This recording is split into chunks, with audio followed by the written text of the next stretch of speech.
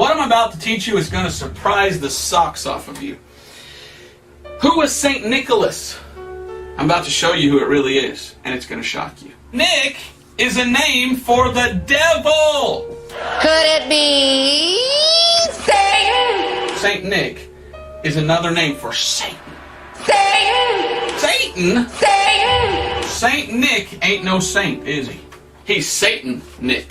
Satan! This Santa Claus, or is it Satan Claus? That word Santa looks a lot like the word Satan. All you have to do is take the N out and put it on the end, and you've got Satan. Who is Santa Claus? He's the devil. It's the devil. Devil! He's the devil! The devil! Devil! He's the devil.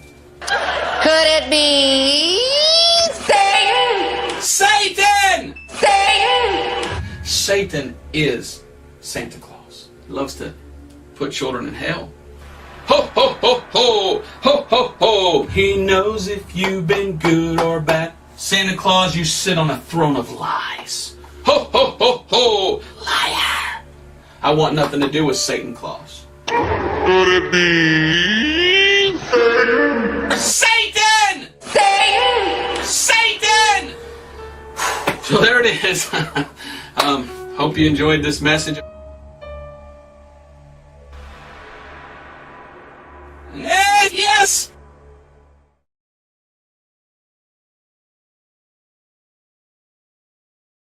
I come with eldritch knowledge not meant for mortal minds that may drive you mad. For did you know, war pigs and Deck the Halls can be sung to each other's tunes?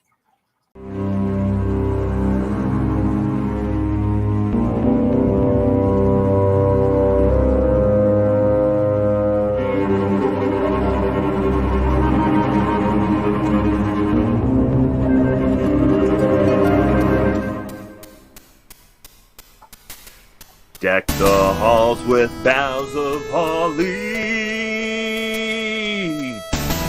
'Tis the season to be jolly. Don we now our gay apparel. Sing the ancient Yuletide carol. See the blazing Yule before us. Strike the harp and join the chorus. Follow me in merry measure while I tell of Yuletide treasure. Oh Lord, yeah. Dun, dun, dun, dun, dun.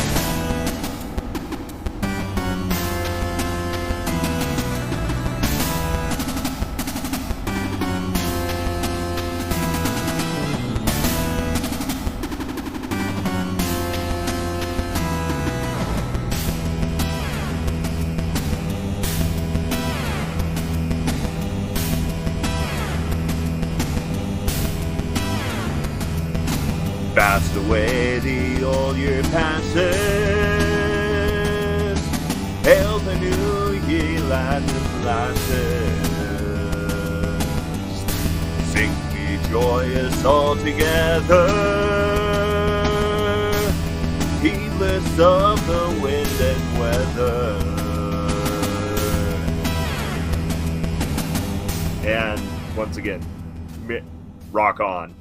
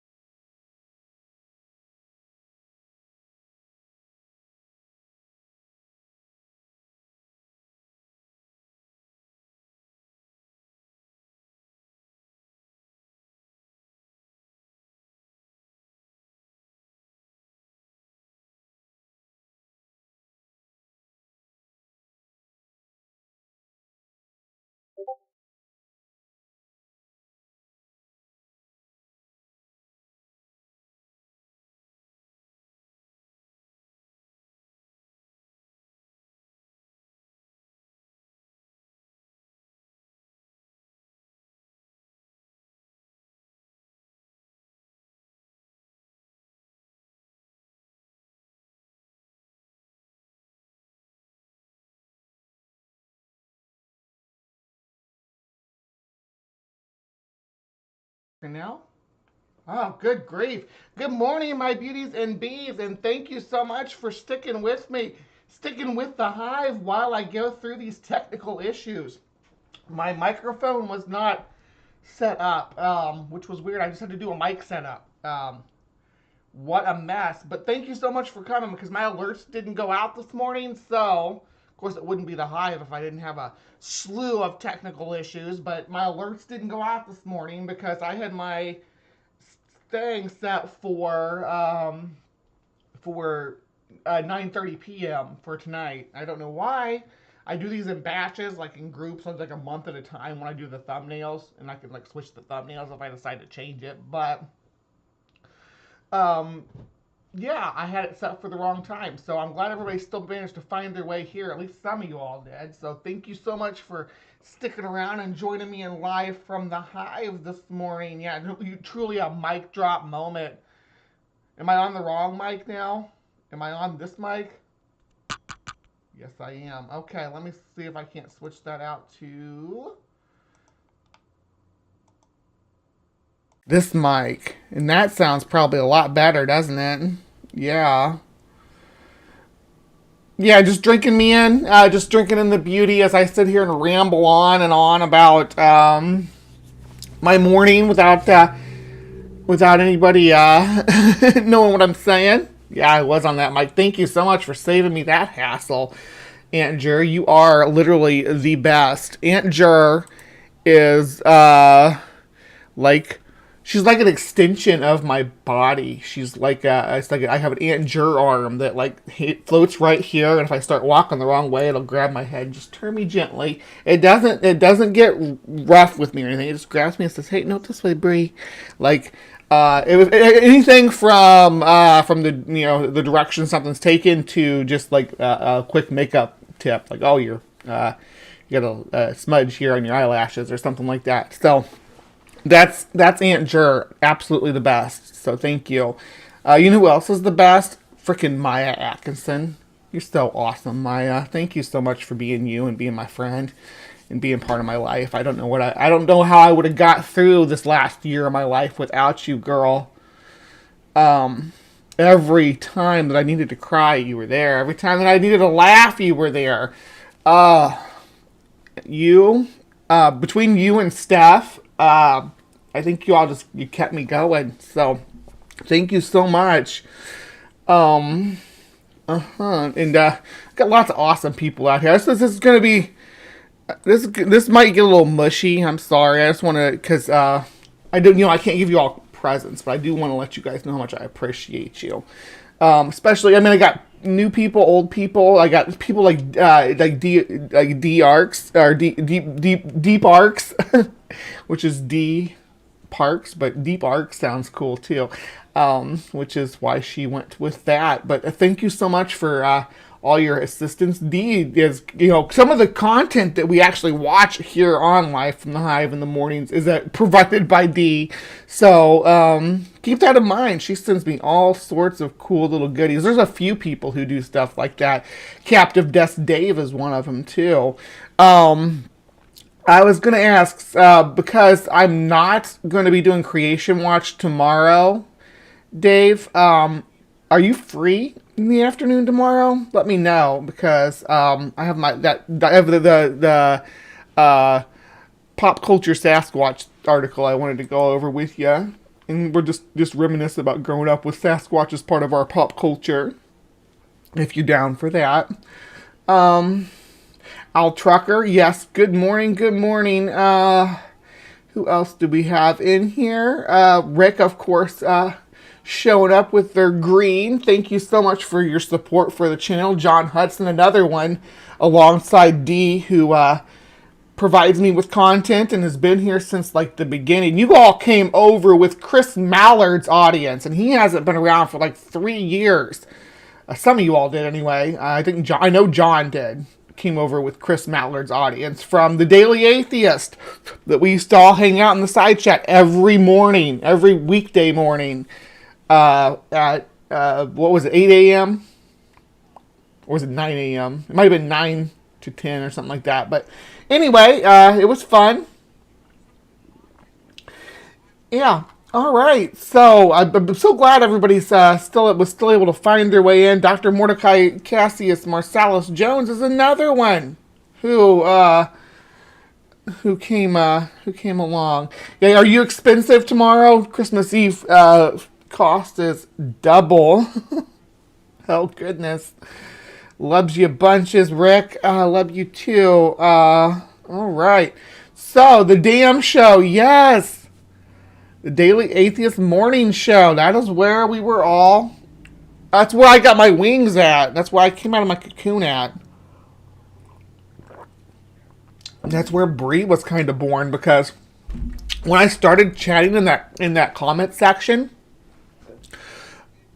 I was under the name Brainbug, but I used the avatar of the Brainbug from Starship Troopers, and I used she, her pronouns for the first. Well, I didn't intentionally use them. I just didn't ever correct anybody or say anything. Because I was still presenting male at the time, and just let people assume I was female because the character is female.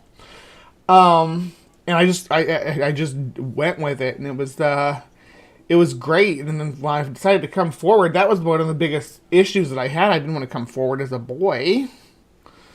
So I'm glad I'm here now as Bree. So that changes everything. Yeah, Bree, Bumblebee still has those same initials, BB, Bumblebee, Brainbug. We're still good. All right, so I did have one more announcement thing I wanted to go over real quick before we go in, and that is this. Let me just pop over to, which one are you going to use? This one? Yeah, that'll work. I'll use that one. It's black. Let's see here, and we're going to pull it up. Do, do, do, do, do. There you go. All right.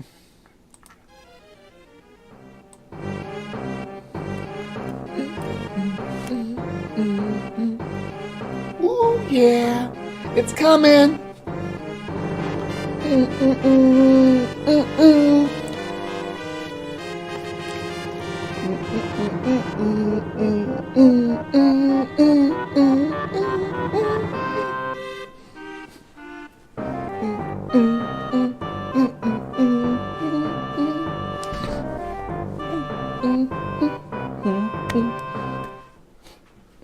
All right, so yes, I am making this a go.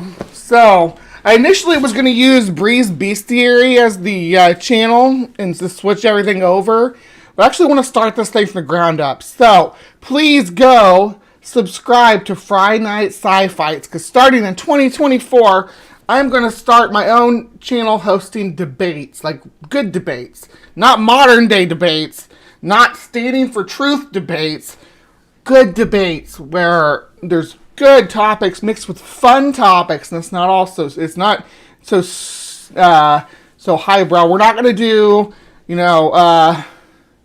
like Bible debates where you have someone debating, Calvinism versus Molinism or something like that. We're gonna have, it's gonna be science debates. So everything from we do cryptozoology debates where we talk about someone wants to debate the existence of Bigfoot.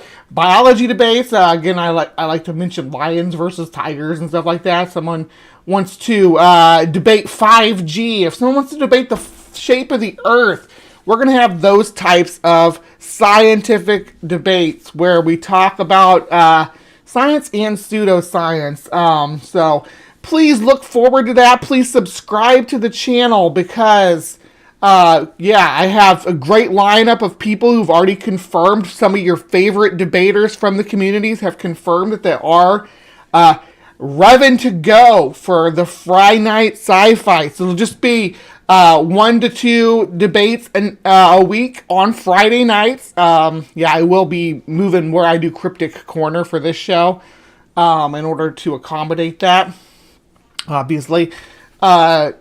Yes, again, some of your favorite debaters have already confirmed that they want to participate. We got people like Mark Reed, Amy Newman.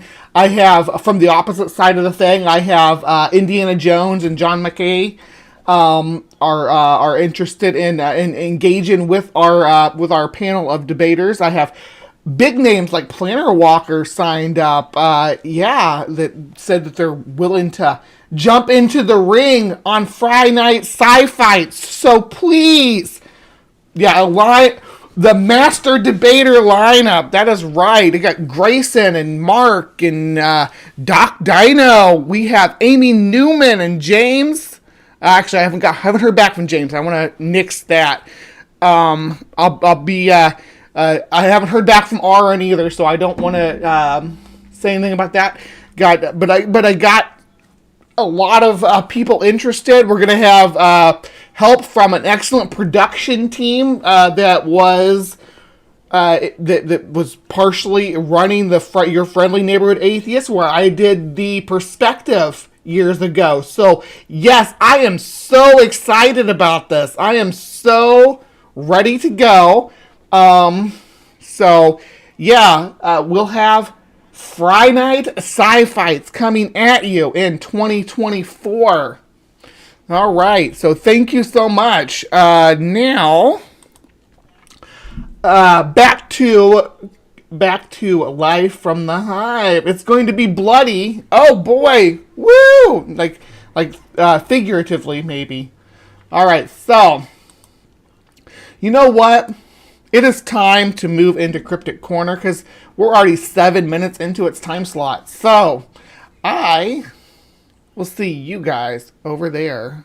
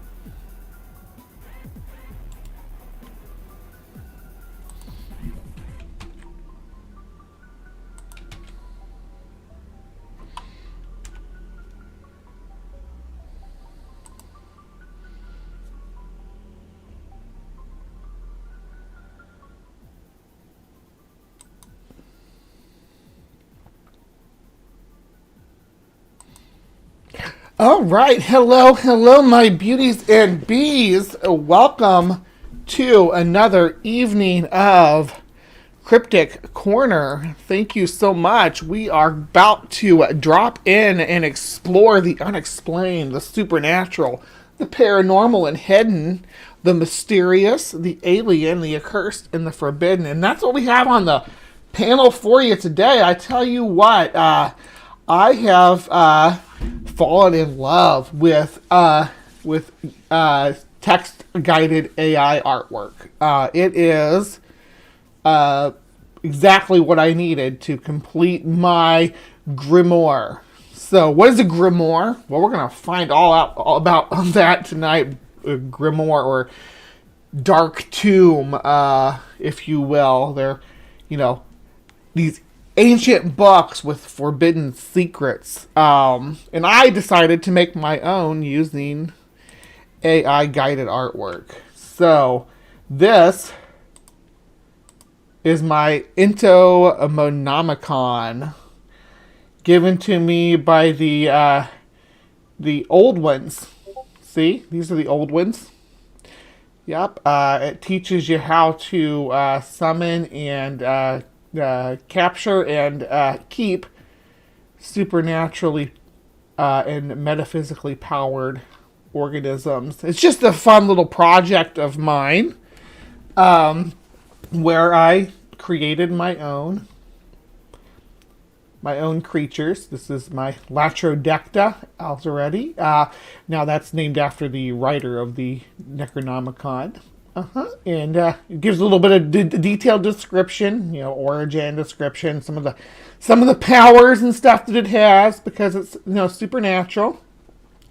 We got Lenore, the giant mantis, and sits on my shoulder, and his good friend. Some hellfire ant colonies that burn everything up. Got some lightning bugs that are actually lightning.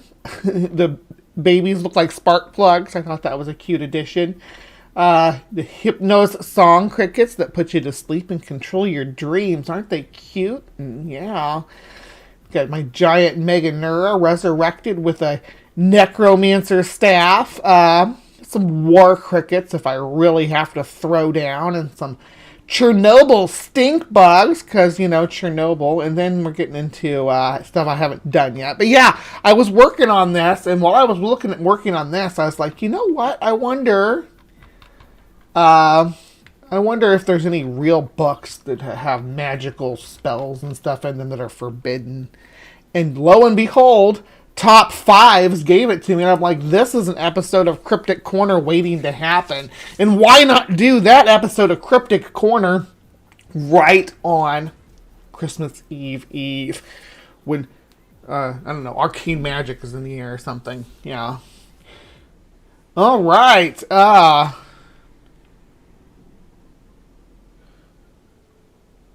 Don't really care to watch people baiting, but please, y'all, do y'all. All right, so let us dive into 5 demon books you should never read. This is a marathon, it says.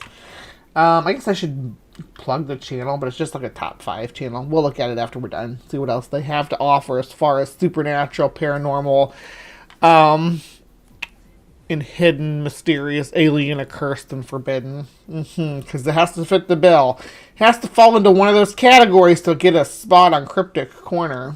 The books I'm going to share with you today are not works of fiction. No, these books apparently contain real-life spells and dark rituals that can raise the dead and summon demons, or the devil himself. From a book that is so cursed that it could kill you, to another that Lucifer apparently wrote himself. Let's talk about these and more only in... I don't believe you when you say that. Lucifer's never written anything. Lucifer's a fictional character, my friend. Today's video. Top 5 demon books you should never read. Hey everyone, what's up and welcome back to Top 5. I'm your host, Lindsay Ivan, and what's your favorite horror book? Let me know in the comments below. Give me some good ones to read. With that being said, make sure to give this video a big thumbs up and subscribe to Top 5. And now, let's get on with the video. Starting off this countdown, we have the Lesser Key of Solomon. The Lesser Key of Solomon is a cursed grimoire that is said to contain summoning spells for over 72 demons. That's right, this book can help you summon 72 demons. And no one knows who wrote it. What we do know is that this book contains a bunch of compiled texts from the 17th century. Some of these texts tell the reader how to conjure spirits or demons. And then... yeah, but it's not stuff that actually works, though. I mean, you can go out and buy yourself a copy of the Lesser Key of Solomon. I think it's still in print. Let me see. How much can you get a Lesser Key of Solomon for? It's not like a expensive... this one says it's by Aleister Crowley. So, I mean, oh, no, we don't know who wrote it, but... yeah. I mean, some of the different parts of it were probably taken from... other alchemists and things from early centuries. Let me see. Let's look at the history of it. Tells you about the demons. So yeah, it tells you the different part. There's these sections called here. We're gonna look at it real quick because there's these. I'm just a Wikipedia. These are all the demons, the 72 demons. All right, there's these sections called R's, and they're just made up of different... basically, it's like what we called in the pagan community eclectic witchcraft, where you just grab this from this group of people and this from that group of people and just kind of mish and mash and make your own theology, your own pantheon and stuff, which is... now that I look back at it, because that's what I used to do... now I look back at it, that's kind of cringy and cultural appropriation and stuff, so I'm not into it. But this one's based on the Gospels on Pauline scripture, right? Apocalypse of Paul and shit like that. And then you got the R's, Elmadel, Instruction of Magic. This is like a 15th century copy is attested by Robert H. Turner in Hebrew copies. So yeah, it's based on they got stuff from all these different old books and scrolls and archaeological finds, and they just compile it into one volume and call it the Lesser Key of Solomon. I'm not sold. I don't think that's an actual thing that exists as a whole holistic volume. I think it's just an eclectic patchwork of different traditions. So, and patchworks don't scare me. It tells you how to control these entities that you summon. No matter how cool you may think that is, you don't ever want to own this book. This book is apparently so cursed that anyone who keeps a copy of it will die or experience constant bad luck. One person who owned a copy of this book reported the book's pages turning on its own. Another time, the book Wait a second. What are you talking about? Because this is available on Amazon. With 2,275 ratings. That's just the people who come back and rate it. They have a 4.6, so it's got good ratings. If it was killing the people, you think it'd have bad ratings. It's got 80% 5 stars, and then 10% of that's 4 stars. 3% is, yeah. It's got a good rating. Nobody is talking about it dying or it flying or anything like that. Across the room at them. They also heard strange whispers coming from the book, and on a number of occasions have seen shadow people. The only way to end this curse is to burn all the pages in the book and then get rid of all the ashes. Seems like a lot of work, so maybe just don't go out seeking copies of it. Although we don't know who wrote the book, legend has it that King Solomon originally wrote it for his son. He then asked him to bury it with him in his grave. But apparently when he was getting prepared for burial, a group of Babylonians... Where's this lore coming from? Because that's not what we found when we looked it up. It's talking about all the different people that wrote it and all the different sections that come from different places.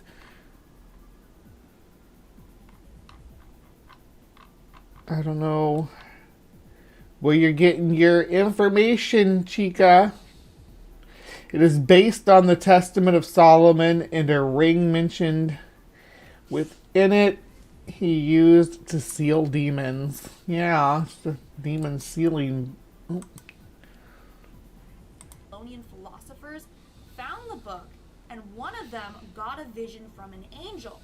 The angel told him to hide the book from the unworthy.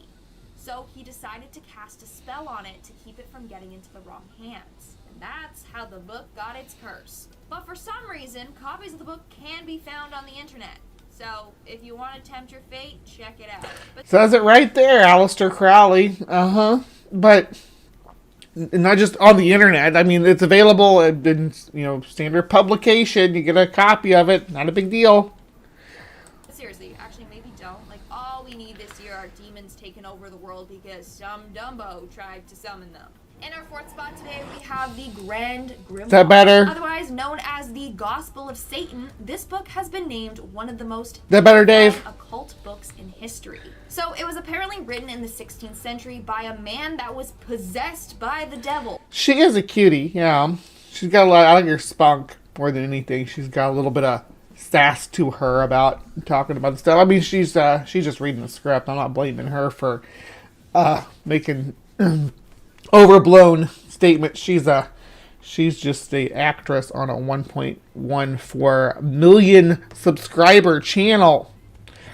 Top 5 scary videos. So yeah. Yeah, you heard me correctly. The book is filled with instructions on how to summon demons or raise spirits from the dead. Reading this book and following any of the spells is said to be equivalent to selling your soul to the devil, which is why the original book is kept locked away somewhere in the Vatican's secret archives. They don't want anyone messing around with this book. I would love to explore the Vatican's secret archives, but I wouldn't even know where to begin to find occult and magic stuff. Where would you even begin to look in such a huge vault of ancient books? But you can find versions of this book online and for sale. But it won't be the original cursed text. Either way, I'm not risking it. Coming in our third spot, we have the Book of Sacred Magic. Back in the 15th century, a mage named Abramelin decided to gift his son with a book filled... Look, the Book of Sacred Magic. Can you buy that one too? Because that looks like, yeah, you don't even have to buy the book. There's a PDF. The Book of Sacred Magic in the Internet Archives. There is a PDF Abram Melin. Yeah. Filled with mythical curses. I doubt it was on his son's wish list, but hey, it's the thought that counts, right? Anyways, in the 1900s, the book was translated to English, and that's when people realized it was probably cursed. Why? Well, throughout the book, it talked about rituals on how to control your demons. Abra believed that every person had their own demon. Not just a metaphorical one, but a literal one. This book taught you on how to control your demon. Well, that doesn't sound so bad. I mean, even if it is, I don't know about literal. Metaphorical? Huh. Talked about how to perform other supernatural acts. In the end, it was believed that whoever owns a copy will be haunted by spirits, and bad luck will befall on them. In fact, a number of people have reported bad luck and hauntings after reading this book. So it seriously isn't worth it. Like, I'm not getting cursed. No, thank you. Coming in at number 2, we have the Book of Soiga, otherwise known as the Book That Kills. So I suggest you don't put it on your reading list. Basically, this book was created in the 16th century and is a Latin essay all about demonology. To this day, we still don't know who wrote it. But what we do know is that John Dee, who worked as an advisor for Elizabeth I, got the book in 1580. He spent the rest of his life trying to decipher the whole thing. He quickly realized that this book was no good. It talked about how to conjure demons and had a list of spells and stuff like that. Rumor has it that one section of the book he could not decipher at all. It was a page with tables filled with random... I wonder if we're going to talk about the Voynich manuscript in this list, because that one's pretty cool. Latin letters. But he was determined to decipher it. So him and his pal, who was an occultist and medium, apparently summoned the archangel Uriel. The angel apparently spoke I think it's Archangel, isn't it? Arc, like an arc light. Through his friend, and said that this book was made when Adam entered paradise. And also, apparently, only Archangel Michael is the only one who can decipher the full book. The angel... So, I don't know about all that. Let me see. Significance. In 1556, Dee proposed the founding of the National English Library to Queen Mary, but his plan was not implemented. In consequence, Dee amassed the largest library in England at the time using his personal fund, consisting of at least 3,000 printed volumes and a large number of manuscripts. The library was pilfered during Dee's 6-year trip to continental Europe between 1583 and 1589, and Dee was forced to sell many more volumes upon his return due to penury.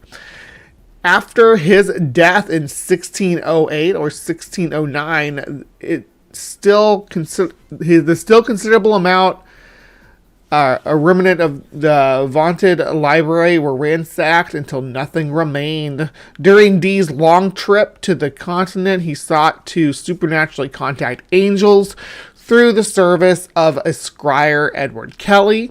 On the subject of the Book of Soiga, Dee claimed to have questioned the angel Uriel about the significance of the book and asked for guidance. The reply that Dee received was that the book had been revealed to Adam in paradise by angels and could only be interpreted by the Archangel Michael.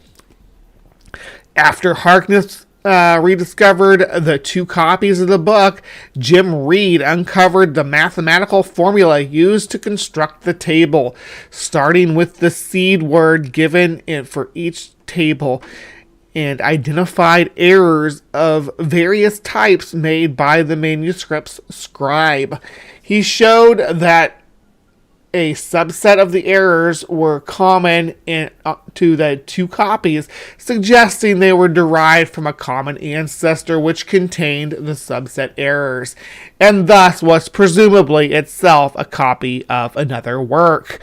Although Reed's decipher, the construction algorithm and code words used in crafting the tables, the actual contents and significance of the tables remain mysterious. He writes in the treatise in the Book of Soiga, which discusses the tables Liber Radiorum, has a series of paragraphs mentioning the code words for 23 of the tables together with number sequences which stand in unknown relation to the word.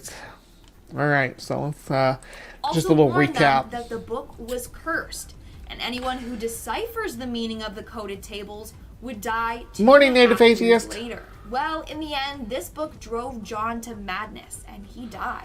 After his death, the book was lost for the longest time, until 1994.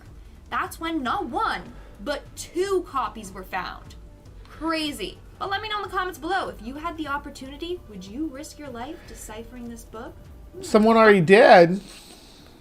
Dude did. Yeah, this Jim Reed guy. I'm a little curious to see what it's about, but also I don't want to die, so maybe not. And in our number 1 spot today, we have the Devil's Bible. The Devil's Bible, otherwise known as the Codex Gigas, is this massive 310-page book said to harness evil and negative energy. It was discovered in 1648 when a Swedish army looted the city of Prague.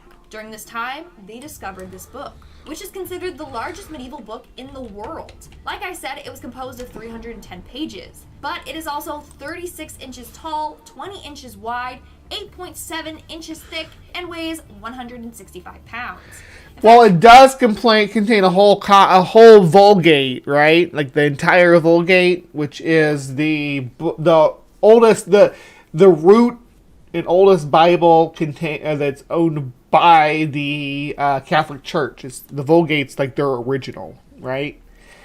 And this thing contains the entire Vulgate. The book did contain 320 pages at one point, but the last 10 pages were cut out and removed. More on this later, stay tuned. So now, there's this really creepy legend surrounding this book. Legend goes that the book was written by a monk, but this monk broke his spiritual vows, and he was sentenced to be sealed behind a brick wall and left to die. The night before his death, he realized he would not be able to finish his book, so he summoned Lucifer and asked him to complete it for him.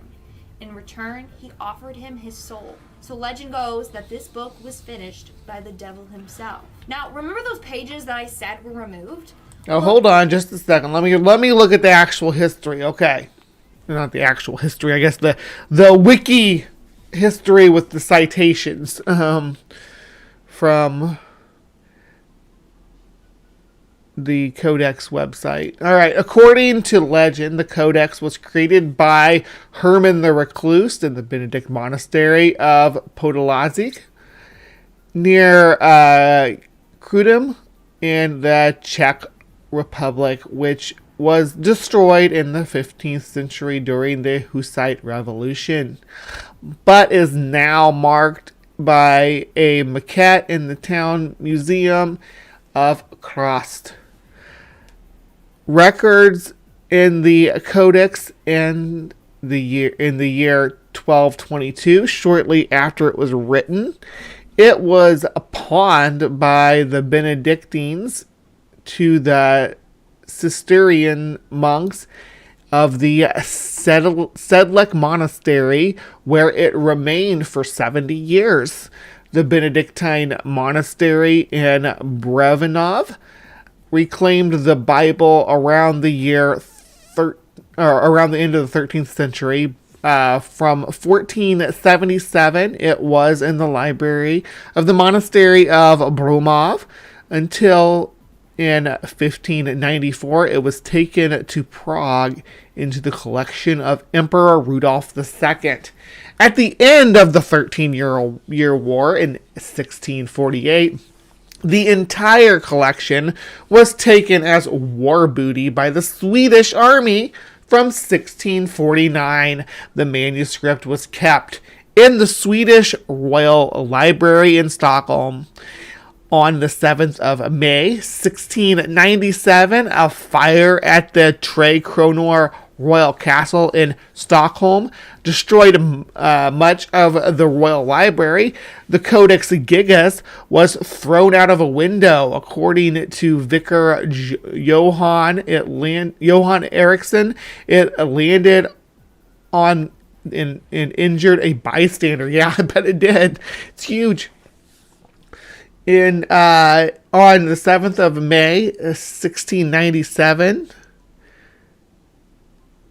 Oh, that's what I just read. Sorry. A National Geographic documentary included interviews with manuscript experts who argued that certain evidence, handwriting analysis, and a credit to Herman Inclusus, Herman the Recluse, indicate the manuscript was a work of a single scribe. Someone spent their whole life writing that sucker. I'll tell you what.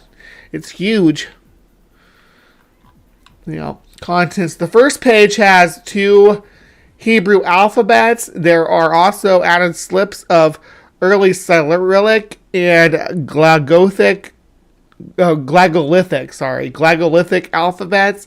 About half of the codex consists of the entire Latin Bible in the Vulgate version, except for the Book of Acts and Revelation, which are from a pre-Vulgate version. They are in the order Genesis to Ruth, Isaiah, Jeremiah, Baruch, Lamentation, and Daniel, that'd be funny. Hosea, or how do you say this? Hosea of Malachi, Job, Samuel, and Kings, Psalms to Song of Solomon, Wisdom of Solomon, Wisdom of Jesus, Chronicles, Esdras, Tobit, Judith, Esther, and Maccabees. The 2 works of Josephus then continue the history of the Jews. The first page of Josephus, which recounts the Genesis creation story, is illustrated in the margin with a picture of heaven and earth. These works are followed by Isidore's Entomologia, so an entomology book, and the medical works. So it's got medical works and the Bible in it. Following blank pages, the New Testament commences with Matthew to Acts, James to Revelation, Romans to Hebrew. This is followed by some page with common prayer and a page of 3 adjurations and 2 charms, some of them known from Jewish sources. The full page image of the heavenly city and the devil are on folio 289 to 90 on this section. Then comes Cosmos Prague, Chronica Bormirium, a list of the calendar of necrology, magic formula, and there is a little bit of magic stuff in here, but yeah, it's mostly just like Bible stuff.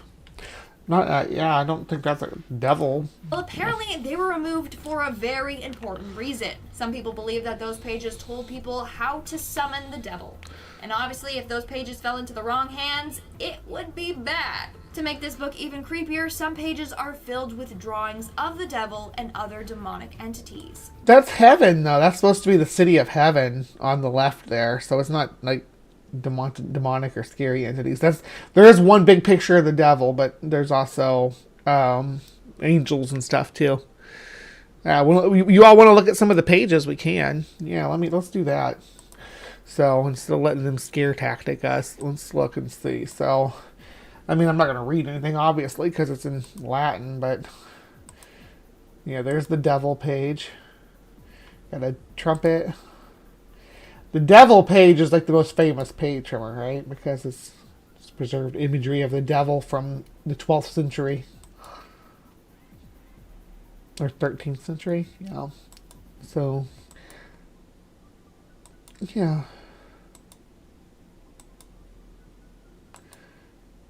Nothing too creepy, right?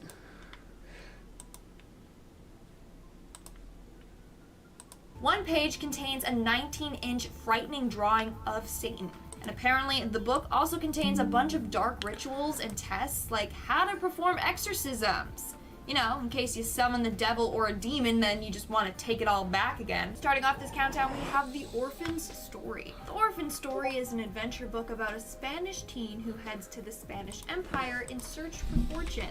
Doesn't sound like a scary story at all, right? Well, wrong. This book is apparently very cursed. So it was written in the early 1600s by a monk who broke his sacred vow. His name was Martin de Leon Cardenas. But here's the thing. The book didn't get published until 2018. Why? Because anyone who worked on the book or helped with its publication died under mysterious circumstances. Hence why... So we're going to run into some Curse the Pharaoh, Hope Diamond level woo-woo here associated with this book, because you have to infer that that someone died 19 years after they worked on it is somehow linked to its actual dark powers. So people started to say that this book was cursed. For example, one editor died in a horrific accident. The other couple of editors died of strange illnesses. Now, you're probably wondering the same thing that I was. How come this seemingly innocent book got cursed? Well, that still remains a mystery. Some believe it was cursed after the author broke his vow. It was cursed as a punishment for his betrayal. Whereas others believe the book is cursed by the devil himself. Oh my gosh, thank you, Paul Kamish. You are a rock star. Thank you so much. Happy Christmas to you guys over there. I guess it's rolling up on Christmas Eve here in a few hours for you. Still mid-morning for me, but I know it's in the evening over there now. I hope you are well on your side of the pond, and I hope everybody is having a lovely holiday over there. But it seems as if the curse has been lifted now, so no need to worry. Maybe that's because the author is long gone. Once he died, the curse was lifted. Anyways, in 1965, a woman named Belinda Palacios discovered this book hidden in the archives of the Hispanic Society of America. Everyone warned her about the curse, but she didn't listen. She began working on this book for 2 years. Eventually, in 2018, it finally got published. And it's believed that the curse, again, like I said, is lifted. Either way, I'm not going to tempt my fate by reading it. But let me know in the comments below, are you brave enough to read this cursed book? In our fourth spot today, we have the great... I would read it. I think that you're overselling it a little bit. Yeah, whatever. Omar. This book has quite the dark past. So in 1909, a man named Sanzgorski decided to create a much fancier version of the book, The Rubaiyat of Omar Khayyam. Sorry if I pronounced that wrong. Anyways, he bejeweled it and made the cover look beautiful. It took him 2,500 hours to create. In the end, it had 1,500 precious stones / semi-precious stones, 4,900 leather inlays, and 600 sheets of 22-karat gold leaf. It's honestly a very beautiful book. But the thing is, no one wanted to buy this super expensive book when they could literally get the same book without all that for much cheaper. So all that time and effort was for nothing. No one wanted to buy it. Now, eventually it was put up for auction, but only sold for £450. Ugh. Now, the book was shipped, but it never got to its buyer. Doom, doom, doom. Yeah, I would imagine. Oh, look, we got Sasquatch tracks across the live chat. Keep your eyes open for Bigfoot, you guys. And Reggio's coming in hot with gifting 5 memberships. Thank you so much. We got Ember was gifted a membership. Spooky Bedhair gifted a membership. Carol Kinzer has been gifted a membership. And Mark Reed has been gifted a membership. Thank you so much, Reggios. You are always loved here in the Hive. Paul Kamish dropping another super chat. I am working over Christmas. I am on nights, but all good. Oh yeah, someone's got to keep an eye out for Santa. That's what Paul does for a living. He watches out for Santa Claus. So. Why? Well, the ship it was being transported on was the Titanic. And the boom, doom, doom. Oh wait, get this. Only a few weeks later, the creator of this book mysteriously drowns. Ain't that a freaky coincidence? But that's not all. A second version of this book was created and they called it the Great Omar II. It was then placed in a bank vault. But the bank was hit by a bomb during the London Blitz of World War II, and this copy was destroyed as well. More importantly, during the blitzes of World War II, we lost Spinosaurus, the original holotype. Well, I'll never get over that. Then a third copy was created and donated to the British Library, where apparently it is still to this day. But due to its dark past, many believe that this book is cursed and that bad things will happen to whoever owns it. I'd say, like, dang, that was bad luck from the get-go. Like, as soon So is the Spinosaurus cursed too, I wonder? And this book that was sunk to the bottom of the sea with the Titanic, can we retrieve it? Has it been retrieved? And then you say a copy of it was made and stored in the museum but got blitzed. Was that copy made with jewels and stuff? Who made that copy? Because you said the author died and drowned. There's a lot of holes in this. I don't know about the Titanic, but this thing certainly wouldn't stay afloat. as soon as he created it, it was just bad luck everywhere. In our third spot today, we have the Voynich manuscript. This manuscript was discovered in an old chest in Rome in 1912, and is believed to have been written. I love the Voynich manuscript. It's like one of my favorite books, or historic books, or ancient text, or whatever. Sometime in the early 15th century. Now, there is a lot of mystery surrounding this book. For starters, we really don't know who wrote it. Apparently, it was purchased by the Roman Emperor Rudolph II, who believed it had been written by Roger Bacon. But Bacon lived in the 12th century, and the paper carbon dated to the 15th. So, like, that doesn't add up. What the heck is going on? Now, the first... Oh, well, I mean, the paper and the text don't match up. You think, like, there's not, like, maybe store piles of paper or scrolls that people made in bulk? I don't think people invented making stuff or mass production, and like they didn't. That's not necessarily part of the Industrial Revolution, right? They were still mass production before the Industrial Revolution, where you would, boxes of paper or crates of paper might be stored for decades in a monastery, right? known owner of the book was an alchemist named George Barish. One day he found the book in his library and he was like, okay, how the heck did it get there? I don't know this book. After him, the book was owned by a number of emperors and officials. Again, no one has ever been able to decipher this 240-page book. Even the best cryptographers and linguists in the world haven't been able to decipher it. Not only that, but the book contains images of plants that have been long extinct. And it also has images of intricate astrological which signs. plants that are long extinct? I hadn't heard that. What are you talking about? Plants that are extinct. Oh, that's not what I wanted to do. There we go. The result, this book has Sorry about that. I was trying to see if there was anything in on the document here that I have that says that extinct. Yeah, nothing. Nothing about it containing extinct plants. Let me see. I'm going to explore that, though. Let's go find out what's going on. What you talking about, girl? All right. Extinct plants in the Voynich.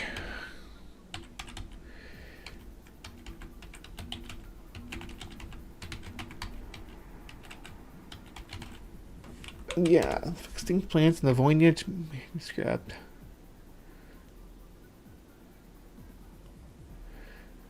Okay, here we go.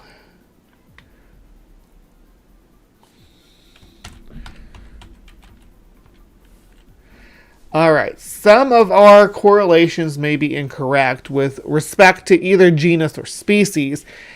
An exact match may no longer be possible due to changes from either mutation or cultivation or both. We note that few of the plants, like masterwort, were on the endangered species list, so it would not be surprising for some of the Voynich manuscript plants to be extinct. So they're just saying that, yeah, this was written long enough ago that some of the stuff might have been driven to extinction. Not what you're the world's most mysterious book and the Everest of historical code breaking. Now, there are a number of theories associated with this book. One is that it was created by aliens, hence why we don't understand the language. It's some alien language. The second theory is that it was created by a demon or the devil himself. In fact, people think that by deciphering this book, it will unleash a curse and kill whoever reads it. This is also why the book has become one of the most feared books of all. It's got but they can infer stuff from it, from how it's structured and stuff. Like it's got a botany and astrology and things like that. Not anything nefarious. It's just pretty basic stuff. There's some folklore and stuff in here too, but yeah, just they don't know what the text is. In fact, a number of people who have tried to translate this book have gone on to have years and years of bad luck.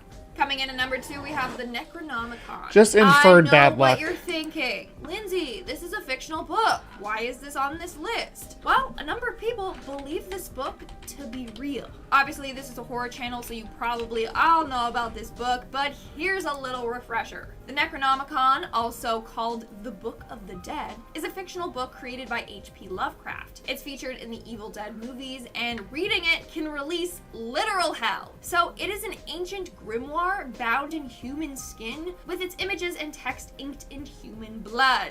Yum. So now that's the one from the Evil Dead series, right? Which is Sam Raimi's invention. The Lovecraft version is not so.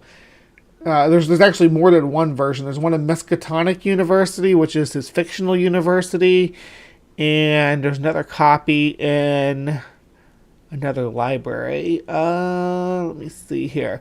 Yeah, there's in canon, there is one in the British Museum, the Bibliothèque Nationale de France in France, Wedner Library of Harvard University in Cambridge, Massachusetts, the University of Buenos Aires, and the Library of the fictional Miskatonic University in the fictitious Arkham, Massachusetts.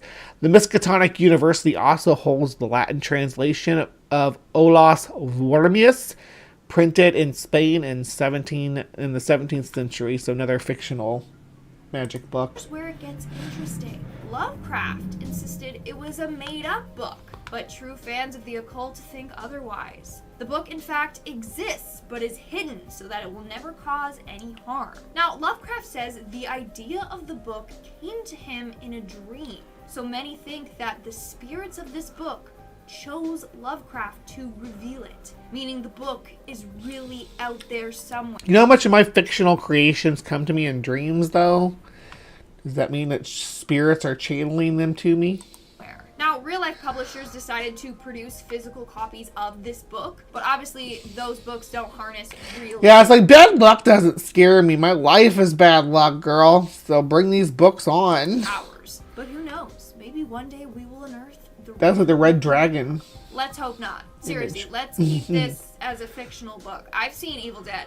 I'm not about it, okay? And in our number 1 spot today, we have the Untitled Grimoires. Back in 2013, 2 mysterious books appeared online by a bookseller. The books were quite weird.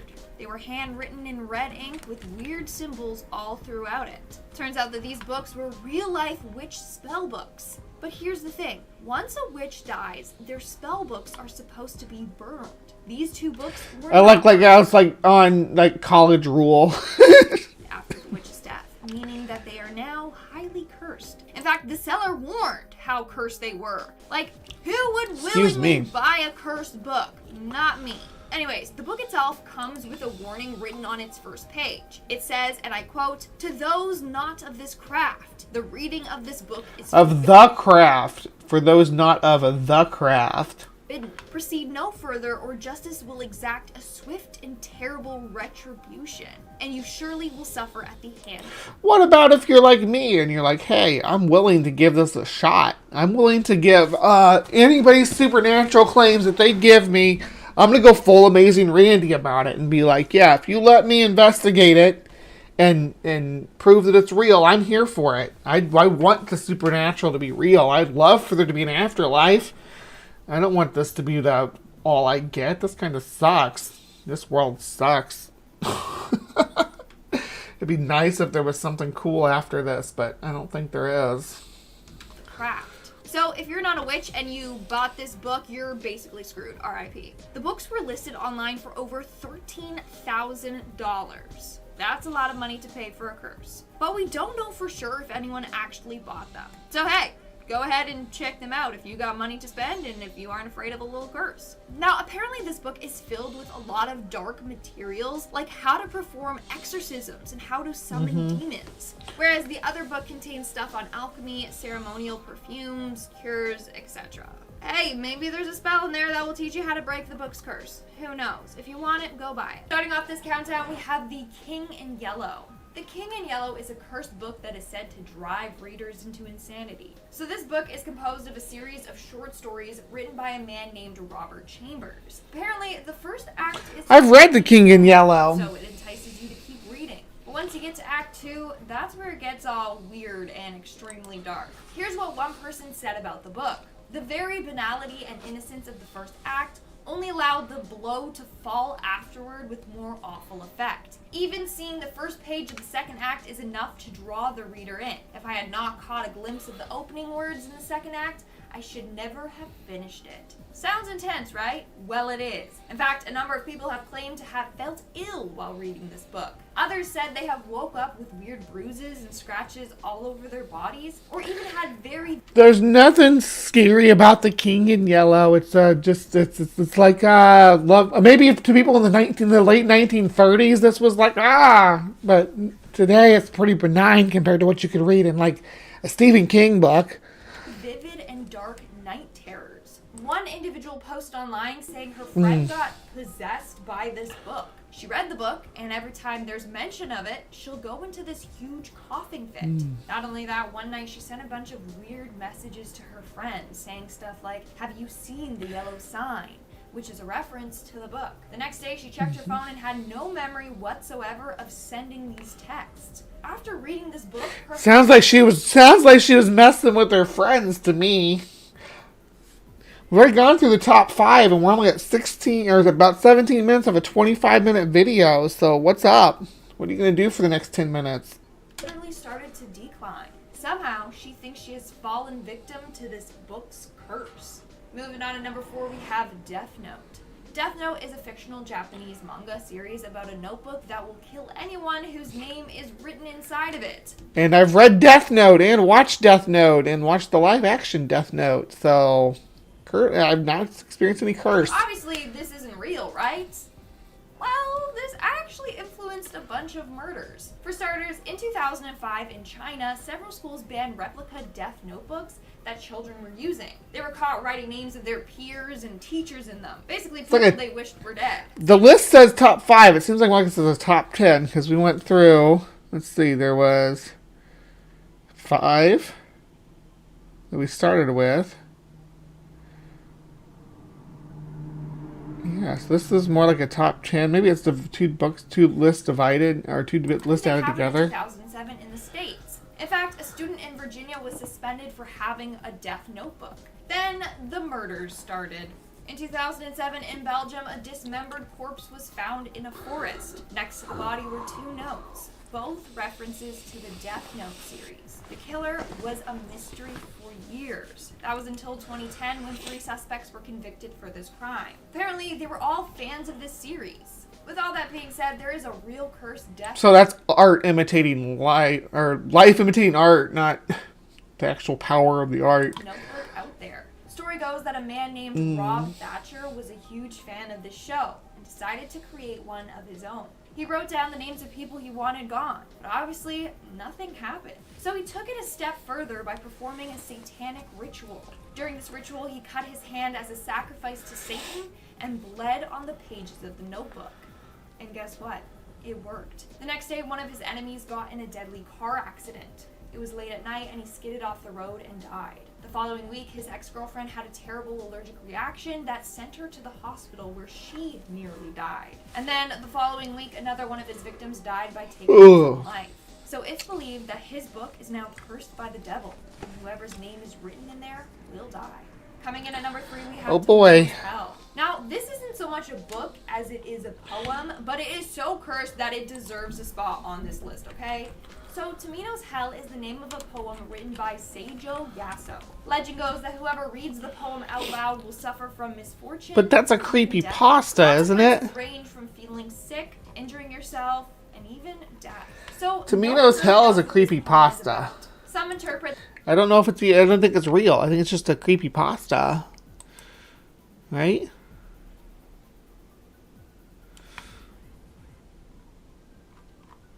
Tamino's Hell. The Curse of Tamino's Hell. His older sister throws up blood. His younger sister spits fire. The innocent Tamino vomits his soul. Alone, Tamino falls into the darkness of hell. Of hells, where even flowers don't bloom. Does Tamino's older sister crack the whip? The crimson lash weighs on his mind, beating this striking yet not breaking through him entirely on the infinite eighth hell's only road. I pray for guidance in this darkest hell. The lead sweet Tamino towards the golden sheep, the nightingale, but all you can into leather sacks, to journey into the deepest hell. Yeah, okay. That's just a poem somebody wrote. I don't know. Didn't really seem. That the poem is about a young boy who descends into the 8 levels of hell after killing his parents. Whereas others believe it's about a man going to war and then dying, never being able to see his family again. Either way, it said that you should never, and I mean never, read this poem out loud. It's so strong that some people who have read this poem in their head have even felt ill while doing so. Now, I refuse to even. I just did, guys! Ah! I'm melting! What a world. Recite it. According to this legend, one person read the poem and ended up vomiting glass. Another person had their loved ones die a tragic death. In fact, one radio show host tried to read it out loud on air, and halfway through he started to feel ill and disturbed and wasn't able to finish it. He continued to feel ill, and a few days later he got into an accident that resulted in him having to get 7 stitches. So don't even think about reading it. And I mean, I say that, but I know you guys are Googling it as I speak. Coming in, I just did, girl. Also, do you guys say Babadook or Babadook? Because let me know which way is the right way. Politely. Anyways, the 2000. It's Duke, because you listen to the movie. Duke. He says Duke. It's like his main thing when he calls. The movie Babadook is pretty freaking creepy, not gonna lie. And of course, there's that famous scene in the movie with that creepy ass pop-up book. Well, fans loved it so much they wanted a copy of this book in real life. So the creators listened to the people and created limited copies of the Babadook book. In 2015, 6,200 pop-up books were created. Later, they did do a second release, but after that, they said they were no longer making any more copies of the book. People were then selling them on eBay for like $500. Anyways, a couple of people claimed that the book they received was cursed or haunted, being in the same room as the book. Not like that's not a good way to inflate the value of your book when you're trying to sell it, right? Yeah, Paul, this is my last. It will be my last sign off today because I don't remember which Tamino's Hell is going to kill me. He literally became super dizzy and sick. One person was even reading the book when she passed out. She woke up the next day on the couch with no recollection of what happened the night before. So be careful. These books might be cursed. And in our number one spot today, we have The Endless Book. This is the name I have given to a cursed book that was purchased off of eBay. On the selling site, it was listed as a vintage beautiful notebook. It had this beautiful intricate design on the front with gold details and real gems in it. The pages were filled with someone else's drawings, doodles, and writing. But it came with a warning. It was cursed. The seller said that the book once belonged to her friend and it was her diary.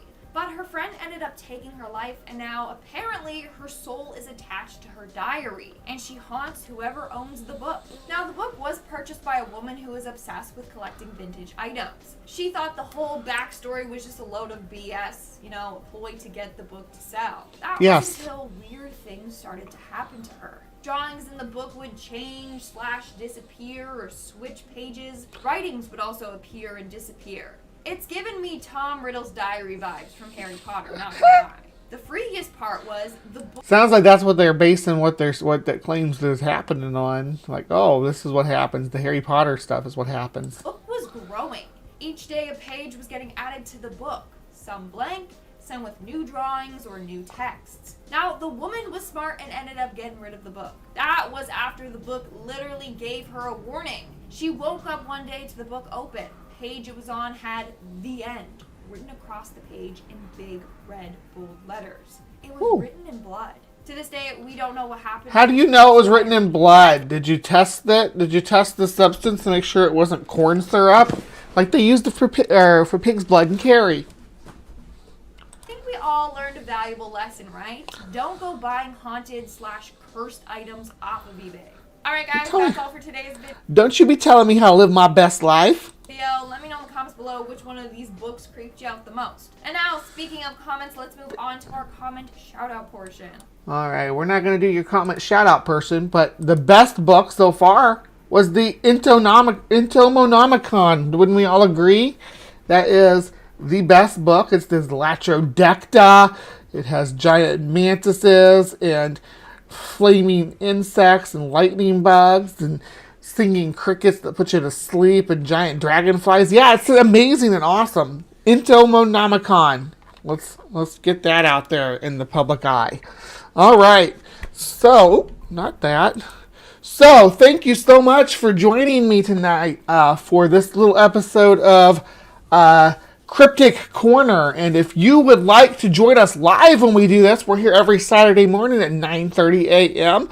You can be part of this wild crowd over here, which is blank because I just switched screens. But yeah, my lively live chat loves to participate. So please come join us at 9:30 a.m. every Saturday, and we will welcome you with open arms, and you can participate and listen to me read cursed poetry or whatever on Cryptic Corner, and then we'll move on to our sci-fails. So if you would like to be a part of that, come on and join us. But until then, please remember to be kind. Take care, and we will see you next time. All right, live chat. Let's recap here. So we had some cursed books. I'm cursed now because I read a cursed poem, but it didn't tell me it was going to kill me before I read it, so that's not fair. I feel like I was bamboozled into reading the cursed book. What do you guys think? Yeah, let me know in the comments. All right, so I will see you guys over in Sci-Fails. We are going to do something biblical. So yeah, I'll see you guys over there.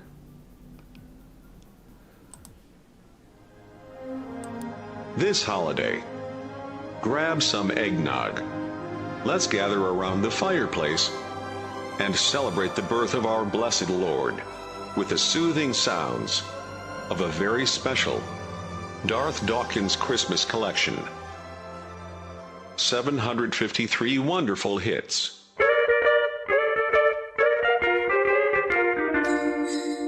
Here we go. Shut the fuck up. You're totally clueless, so stop with the shtick. Don't ever talk me, you're being rude. I'm old enough to be your fucking father, dude. Shut the fuck up. All your favorites are here, in one spectacular collection. You come into my room and mute me. Restore my mic, you fucking troll. Doobie's a fucking asshole I can't tolerate anymore. I've had to quit this server 4 fucking times before. Digitally remastered and expertly rendered in high-quality audio. Never before has such a splendid compilation been put together. So the problem with homosexuals is that God made male for females. The Bible is very clear. Don't be queer, don't be queer, don't be queer. Thank you.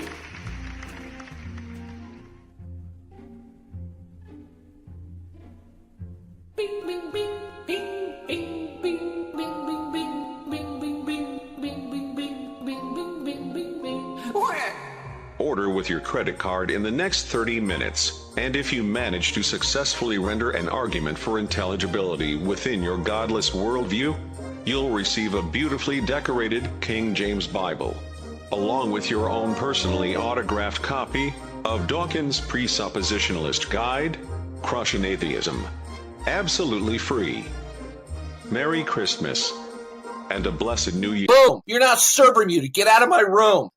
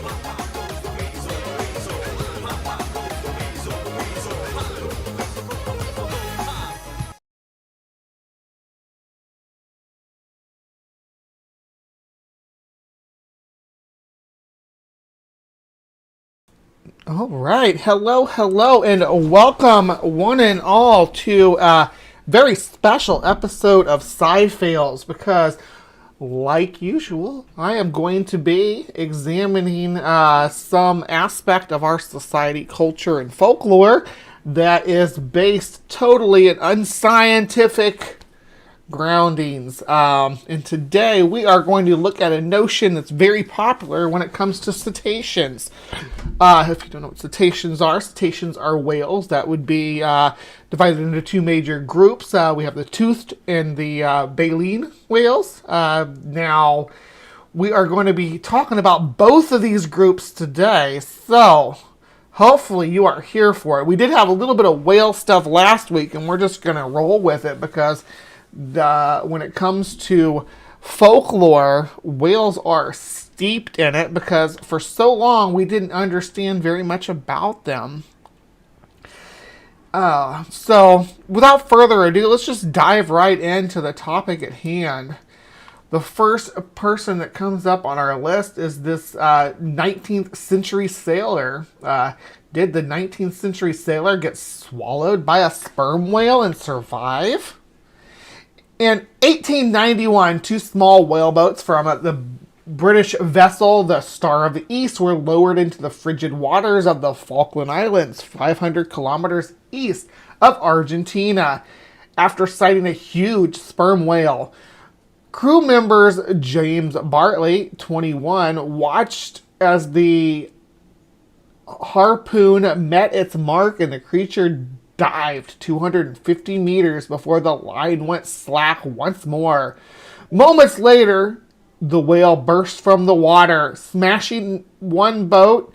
All but two of his crew were rescued. One of the missing was Bartley. The whale resurfaced and was winched onto the ship, where whalers noticed movement in the stomach, so they cut open its gut. Out came a boot on the trouser leg, and there was James Bartley still living after 15 hours in the belly of a whale. Its digestive juices had permanently bleached his skin a deathly white. He lost his hair and was nearly blind. For 2 weeks he was delirious, and his and it was months before he could tell how he'd fallen into the whale's mouth, felt the huge teeth grate over him as he slid down into the throat, then stomach.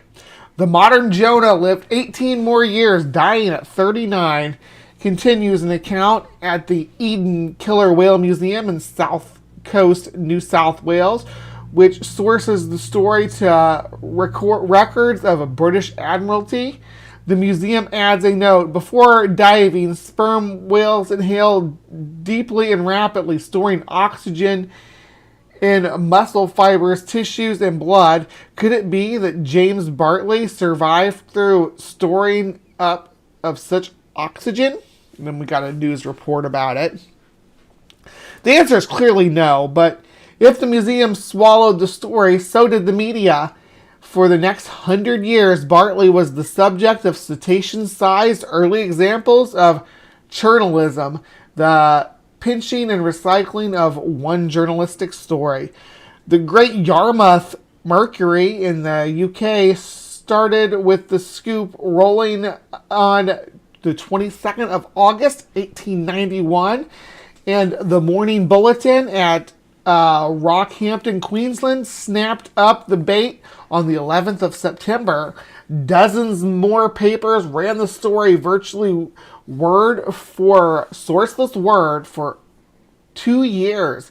It wasn't until May 11th of 1907 that the Evening Journal declared champion fish story a hoax exposed.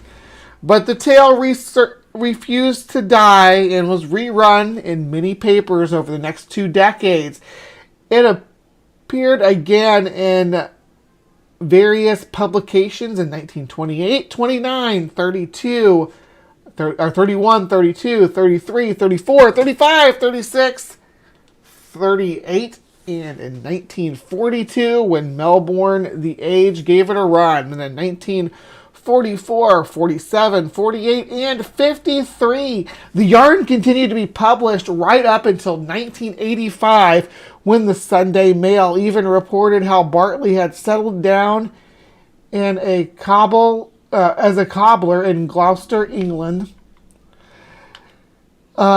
Historians have since concluded that the Star of the East was not a whaler and that there was no James Bartley on its crew manifest, while scientists confirmed it is not possible to survive for 15 hours in the stomach of a sperm whale. For nearly 100 years, the media largely swallowed this whale of a story without once trying to interview or find a picture of Bartley. It's a great example of never letting the facts get in the way of a good story. So for me, this story was actually quite influential, and I believed it up until probably maybe 15 years ago or so. Like, it was part of the folklore that I grew up with. It was the books that I had in my parents' house were mainly curated from the late 70s until the early 90s. When computers took over. So there was a set of books that were from this period where the story was still being perpetrated as true. So this was part of my growing up, was that James Bartley, this guy, was a real person. And he's just not. More recently, the facts were carefully investigated by Edward B. Davis, who pointed out many inconsistencies. The ship in the story, the Star of the East, while a British ship by the name existed and sailed during the time in which the incident allegedly occurred and could have been near the Falkland Islands at the right time, the relevant Star of the East was not a whaling vessel, and its crew list did not include a James Bartley. Moreover, Miss John Killam, the wife of the captain, wrote a letter stating that there is not one word of truth in that whale story. I was with my husband all the years he was in the Star of the East. There was never a man lost overboard while my husband was in her. The sailor has told a great sea yarn, Davis suggested. That's the story. That the story may have been inspired by the Gorleston whale, a 30-foot Roquel killed near Great Yarmouth shortly before in June 1891 that generated a lot of publicity. Wonder if there's anything about that. Wonder why it was so famed. Let's look that up real quick. Oh, no. Gorleston whale. Whale of a teal. Here we go. A Whale of a Tale, Fundamentalist Fish Stories. Okay.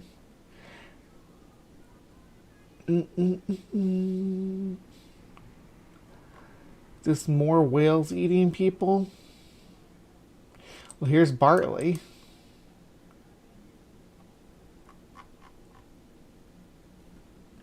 I guess that's probably the same thing I'm reading. There's a young mink whale. That's not what they're talking about, though. This would have been before that. Anyway, you know what? I want to just watch this real quick, though. This guy. Not this guy. Fuck this guy. A 56-year-old commercial lobster diver was swimming off the coast of Massachusetts when he was suddenly swept into the mouth of a large whale.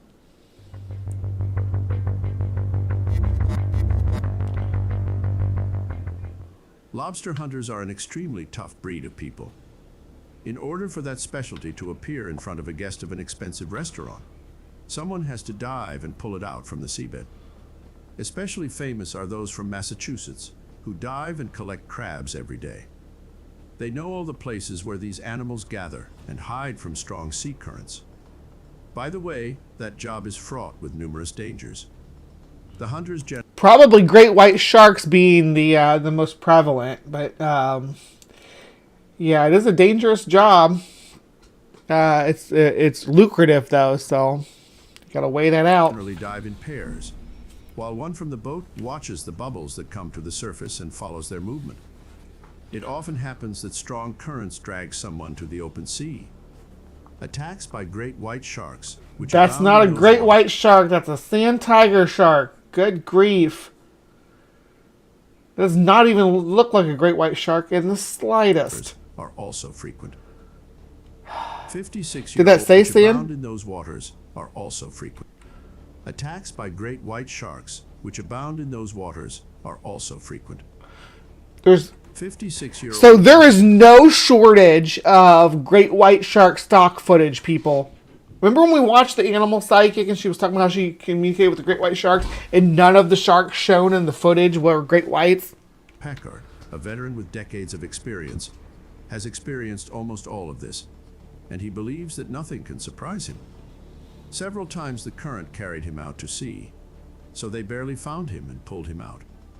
He came across the bodies of his fellow divers who failed to surface. He saw great white sharks regularly, but he was never attacked. Also not a great white shark. That's an adorable blue shark. Look how cute it is. He saw great That's white adorable. sharks regularly. I think it's a hot blue shark. Is it a bonnet head, maybe? He also maybe I was survived a wrong. plane I couldn't crash tell by the 10 angle. years ago. I don't know. Namely, the small plane he used to travel around Costa Rica crashed in the rainforest. The pilot, co-pilot, and one passenger died in the crash. Packard, along with 5 surviving passengers, survived 3 nights without any necessities. In doing so, he had several internal injuries. When the rescuers found them, they claimed that the victims would not survive another day. However, nothing stopped him from continuing his work. It was the same on June 11th of 2021. Packard left the house early in the morning for the harbor. He boarded the ship with several colleagues. Just as they set to sail, the engine broke down. All but Packard transferred to another vessel.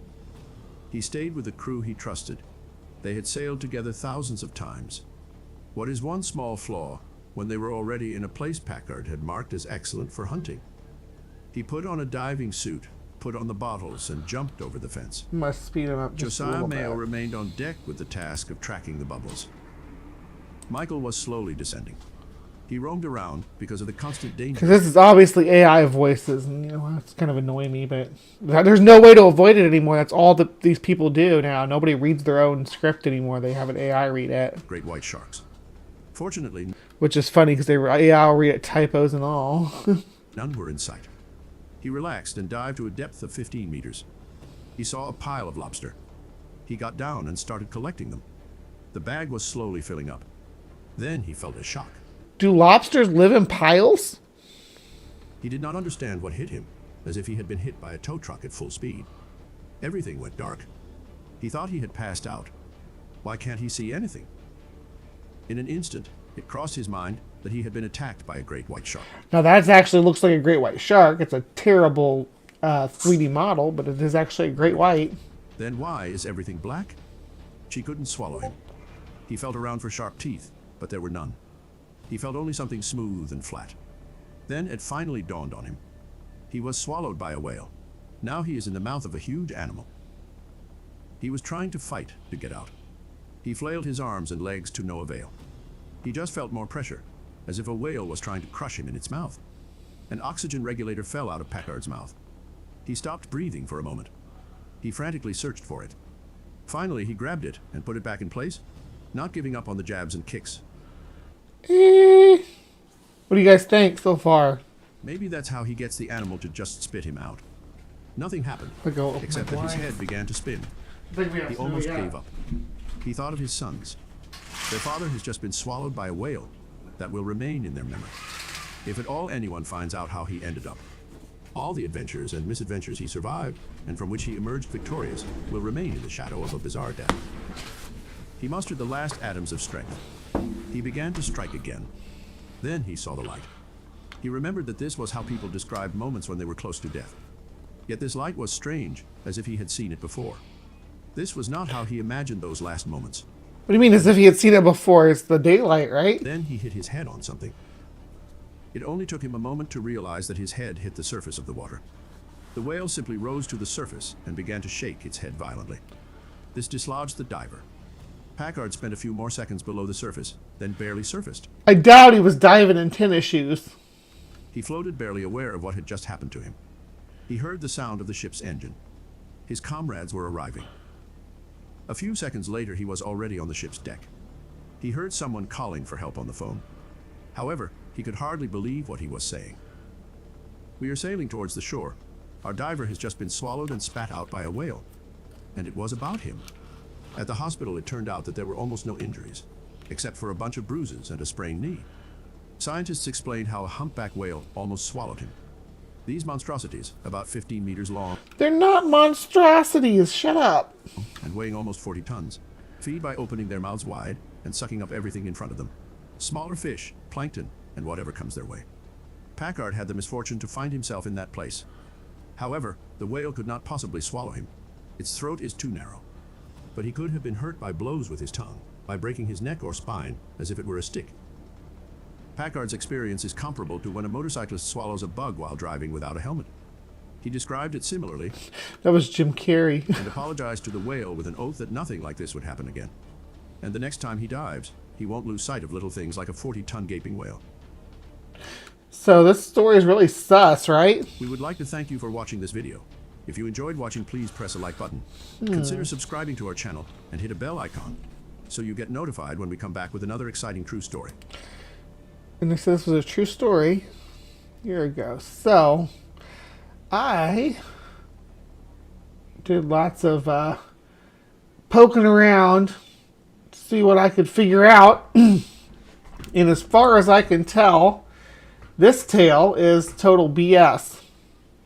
I had a link. I don't know what happened to it. Hold on just a second.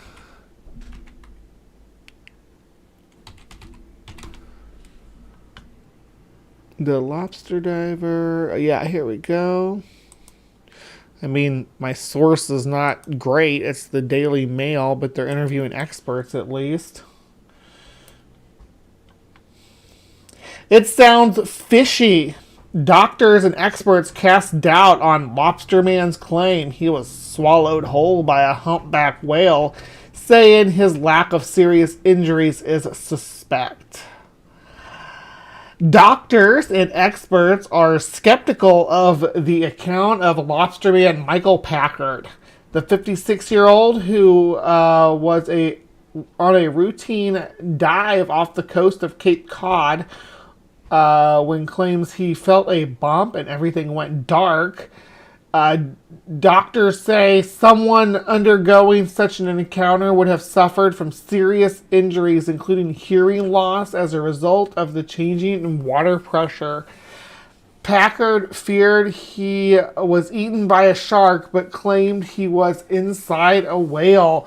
The lobster diver, for 40 years, Packard said he struggled and feared for his life, but after about 30 seconds, the whale spat him out.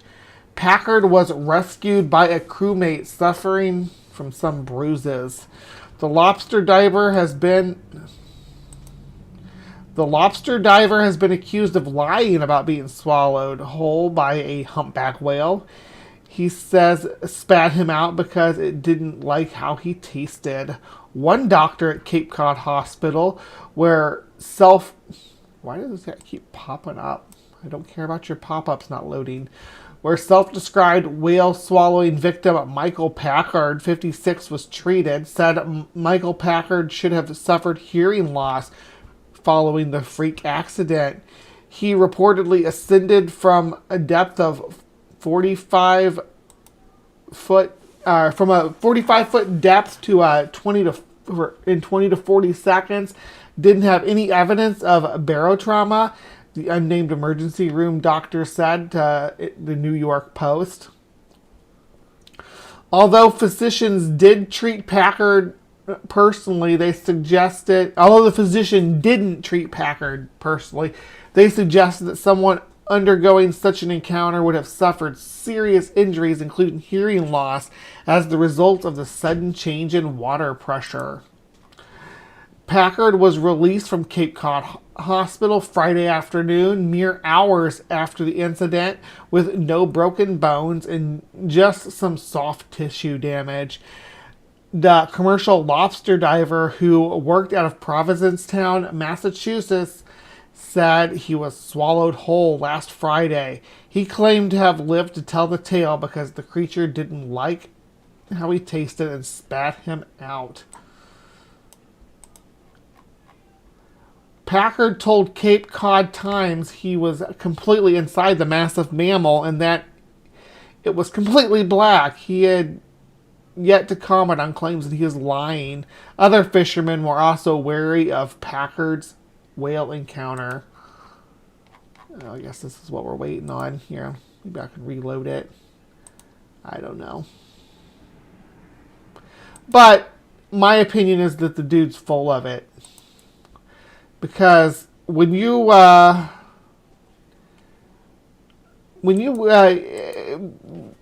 into an animal's mouth, it's applying pressure to you with its muscular tongue, you're going to experience some more than soft tissue damage.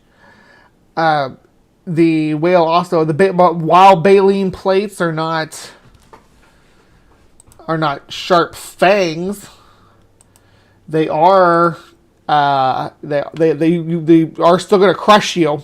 You're going to be crushed against them, but like being crushed against a fins made of bone by water pressure and a giant muscular tongue. You're not going to survive that, but this guy claims that he did. I don't doubt that maybe he got hit by a whale. That makes sense. Getting hit by a whale sounds like a possible thing that could have happened. But getting swallowed by a whale, no. I bet he got hit by a whale, and maybe it even knocked him out for a few seconds, and he thought he was in the whale's mouth during that time. I doubt it. That it would have actually closed his mouth around him and then dove back down. And the guy was down by the rocks collecting lobsters, where, as you see, the feeding technique for the gray whales is to actually burst up, not swim down and grab stuff along the bottom. That's just not how they generally feed.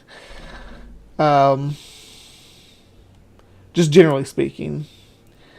But that's my opinion on that. We're also going to talk about, let's go into this now, because this gets a little biblical. There are strange creatures in the Bible that fall outside of normal scientific classification. One of the most famous biblical beasts swallowed the prophet Jonah whole. According to the Hebrew Bible, Jonah was consumed because of his sin against God.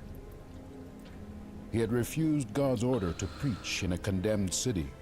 Instead, he fled and set sail across the Mediterranean Sea. True. God then called up a terrible That's storm. what the Bible says.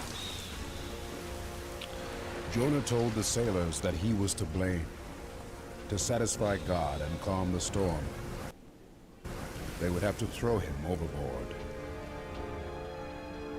The oldest biblical texts tell us that God summoned a great fish, which later texts translated as a whale.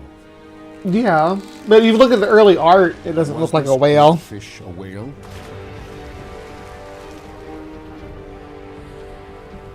Or was it something else? What do you guys think?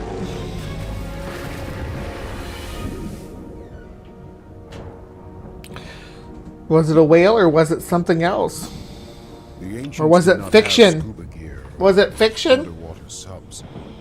What lurked in the deep, dark waters of the sea was a mystery. Great underwater beasts would surface now and then, but they would only give sailors a glimpse of their... Oh no, we see our own dark underwater beast here. We have a sinister porpoise among us. Never mind that he lived in the mountains of Pennsylvania and had never been to the ocean. Who are we talking about? Am I back at the beginning? Hold on, let's see. Should I go back to playing Baldur's Gate 3? Let me see here. What are we talking about, porpoise? Computers taking over is awesome in some ways. The techno bros controlling them suck. Makes me a supreme tech lady. It's good to see ya, porpoise.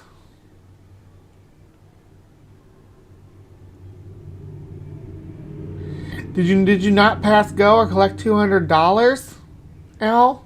Anatomy. Much was left to the imagination.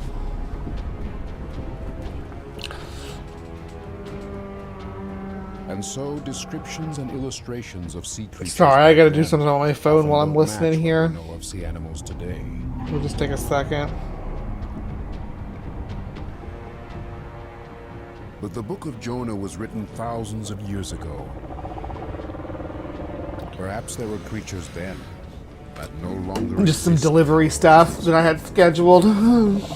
They want to notice.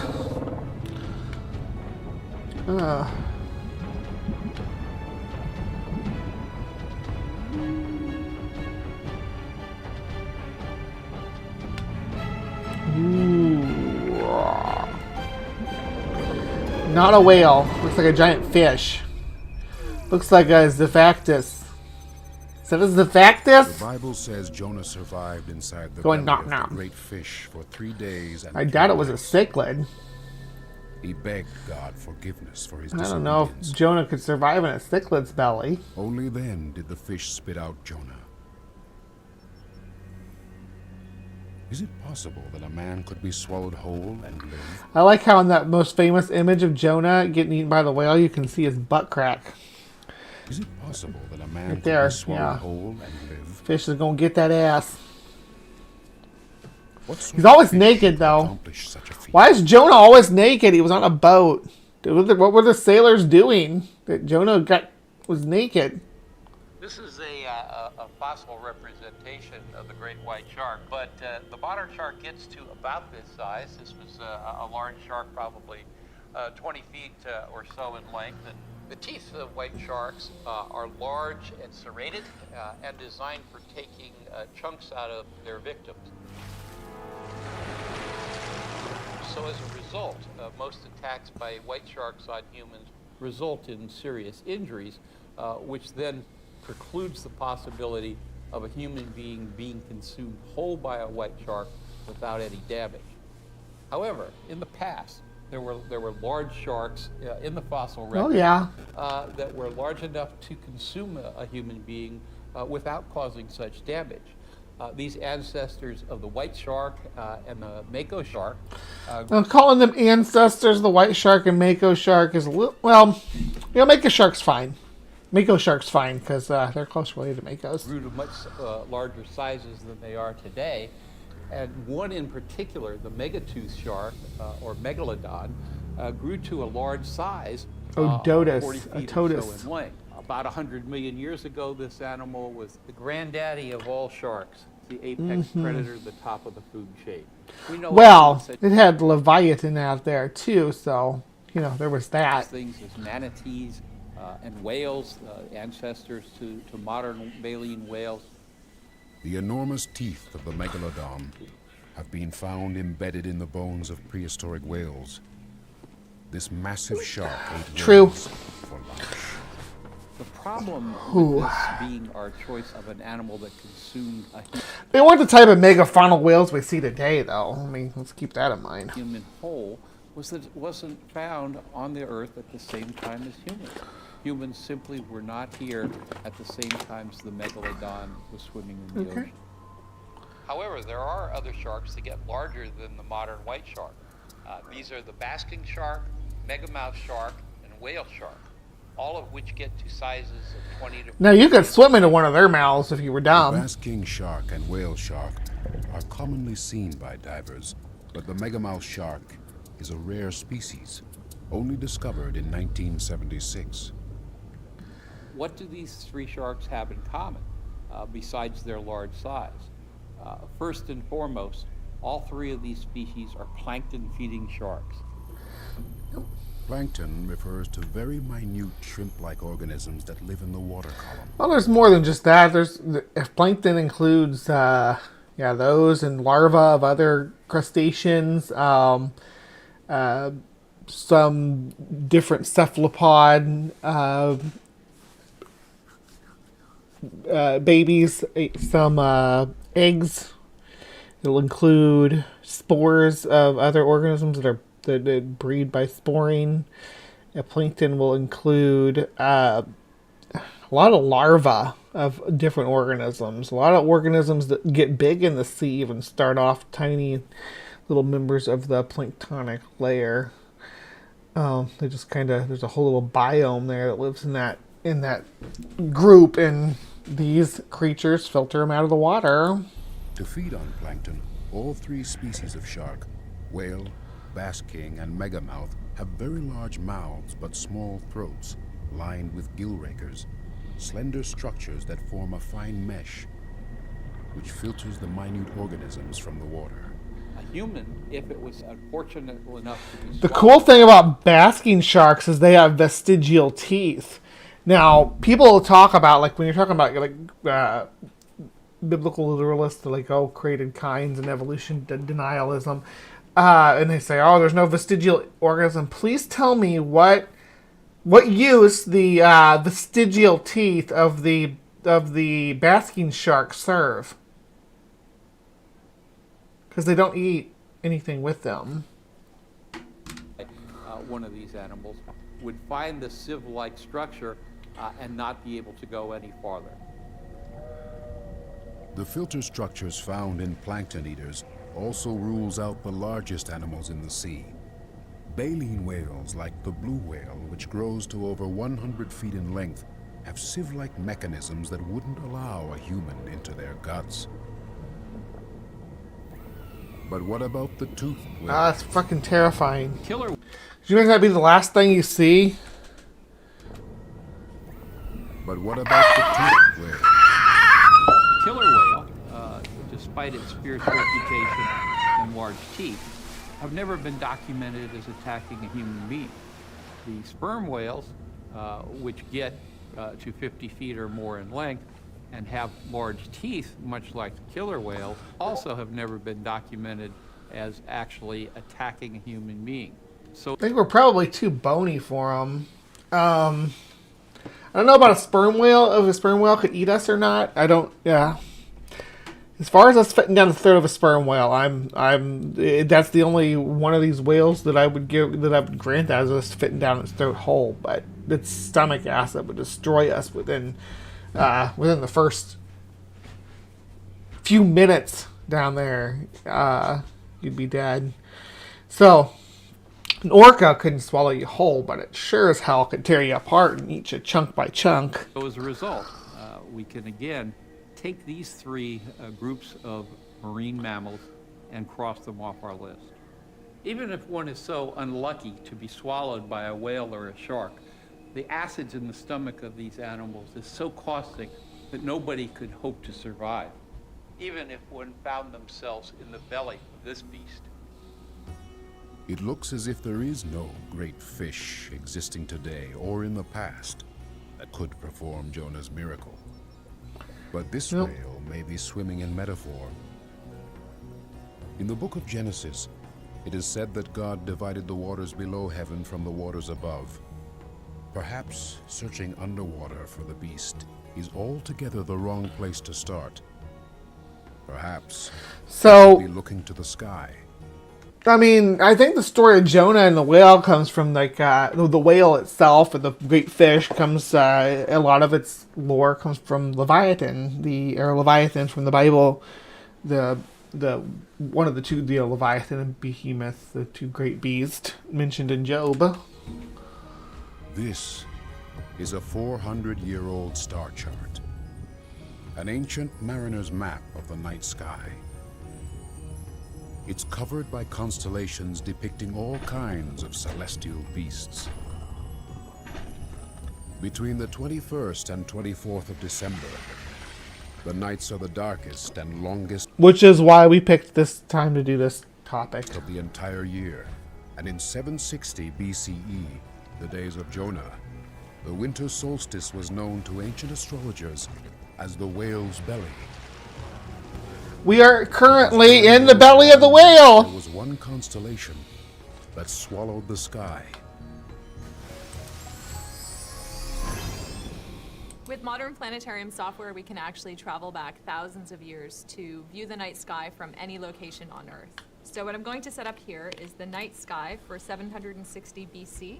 Going to set our location just above the Mediterranean, and the date is December 21st. So this would have been the longest night of the year during those really dark winter months. Now, I want to bring up a constellation known as Cetus. Now, Cetus was fabled to be a mythical sea monster or a giant amphibious whale.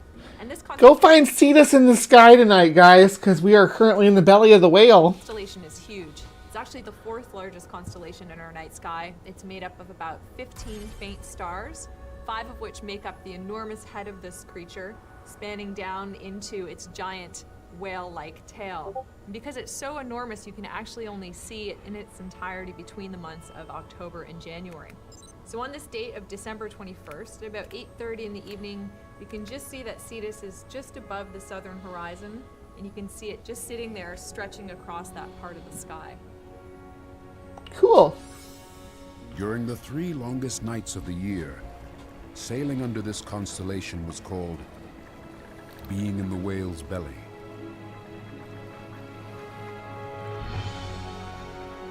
The story of Jonah's whale may be carrying a simple message. A man who sins is consumed by darkness, and a man who begs forgiveness shall be released from darkness. For millennia, people have taken the biggest fish story in history literally. But this beast is really swimming in the stars. All right, so that was some sci-fails for you. Yeah, as far as humans surviving in the belly of a whale, from Bartley to this guy from Massachusetts here, I don't think so. I think that in the mouth, in the belly, whichever, I don't think it's happened. If a human did get eaten by a whale, it would have to be a sperm whale, and they would not survive.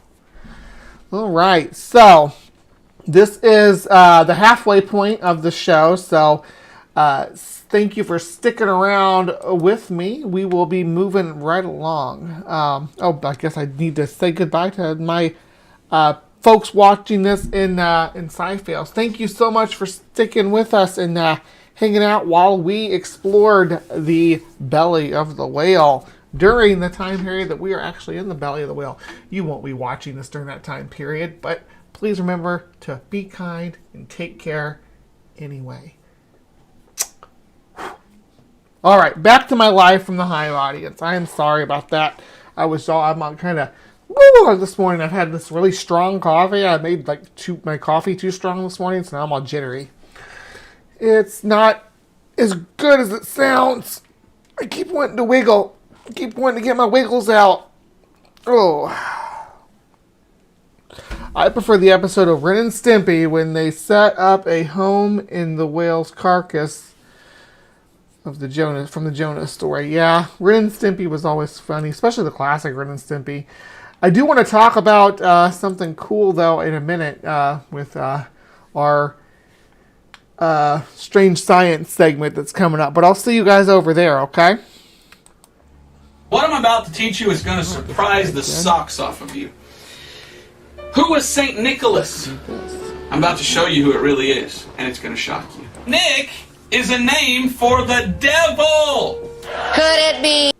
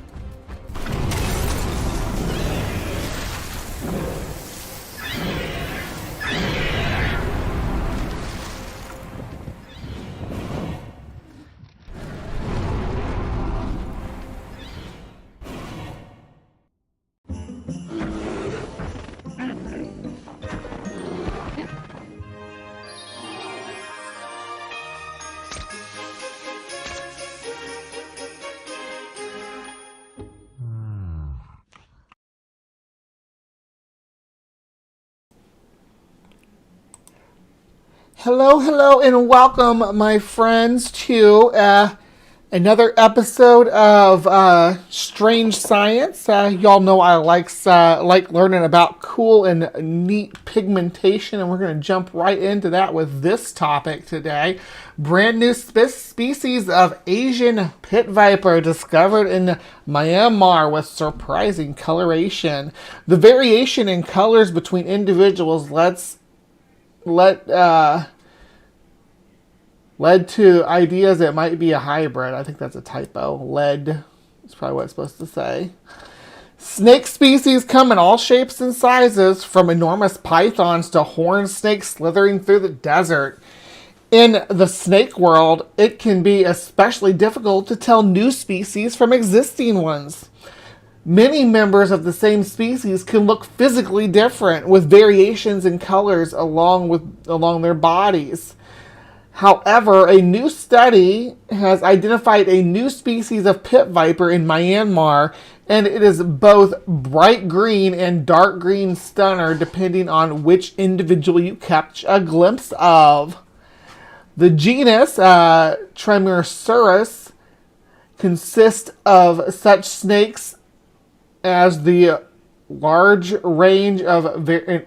Let me retry that line again. Consists of such snakes with a large range of variation in appearance, also called morphologies or morphs, is what people call them in like the pet trade. The Asian pit viper of the genus Trimersurus. I just said it fine just a second ago, I swear. Trimersurus are notoriously difficult to tell apart because they run the gamut of morphological variation. Some groups contain multiple species that look alike, while others may look very different but are actually the same species, said Dr. Chan Ken On, herpetologist and lead author of the study, in the statement. Both the north and south sides of Myanmar are home to a species of pit viper. In the north, the red-tailed pit viper, Trimeresurus erythrosus, which is what means red. It means red tail. This does right here. Eryth means red, because erythrism is like leucism, but with red pigment, is identified by its green body with a few other markings. In the south, the mangrove pit viper, Trimeresurus purpureo maculatus, occurs in the range of colors including yellow, brown, and black, but it is never green. The mangrove pit viper also has a more blotchy pattern on its body. There's the red one it was talking about. Between these two populations is a third snake species living in the central area of Myanmar with an appearance of halfway between these two.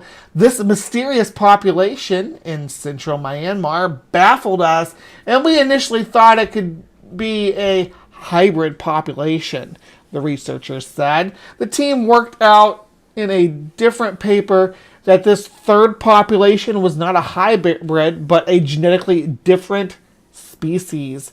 This new species had some extra confusing characteristics just to make things more interesting. Certain populations were dark green with blotches, making it easy to tell them apart from the mangrove viper and the red-tailed viper, or red-tailed pit viper. Other members of the same new species were bright green with no blotches and looked almost exactly the same as the red-tailed pit viper. This is an interesting phenomenon where one species is simultaneously similar and different from its closest living relative, the red-tailed pit viper. We think that at some point in the past, the new species may have exchanged genes with the red-tailed pit viper from the north and the mangrove pit viper from the south, said Dr. Chan. This new centrally based species has been named Ayawardi pit viper, the Trimeresurus ayawardiensis, after the largest river in Myanmar. The paper was published in the journal Zoo Keys. Here's the paper about it. Come on. Let's open her up. Yep. And this one looks like it's all open access too, so have at it, friends. You can learn about the snake and all the technical stuff about these snakes too. Let's look at some of these pictures though. Is it going to let us cycle through them? No, it just pulls it up as one. See, he's talking about the dark blotches with the green, and then you got just the plain bright green as well. These are all the same species. Yep. Pretty cool, huh? All right, so that was our little bit of strange science for you today. Now, thank you so much for checking it out. Remember to be kind, take care, and we'll see you next time. Okay, live from the Hive crew. We just have one more segment to go, and it is going to be our last segment of the show. So we got some bestiary coming up. Don't go anywhere. There's more to come, and you're not going to want to miss this. What is the ultimate Christmas animal? Let's see what they have in mind. I'll see you guys after this brief 8-bit interlude. Yo, VIPs, let's wicked. Oh, that's not 8-bit.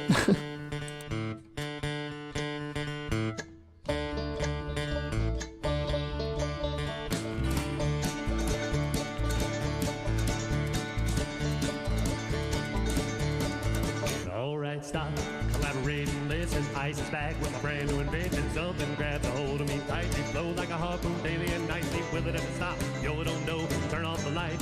I glow to the extreme. I rock a mic like a vandal. Light up a stage and wax a trunk like a candle. Dance, a rush speaking that boom, killing your brain like a poisonous mushroom. Deathbed. When I play it on melody, anything less than the best is a felony. Love it or leave it. Better gain weight. Better hit bulls out the kid don't play. If there was a problem, yo, I'll solve it. Check out the hook while DJ revolves it. Ice, ice, baby.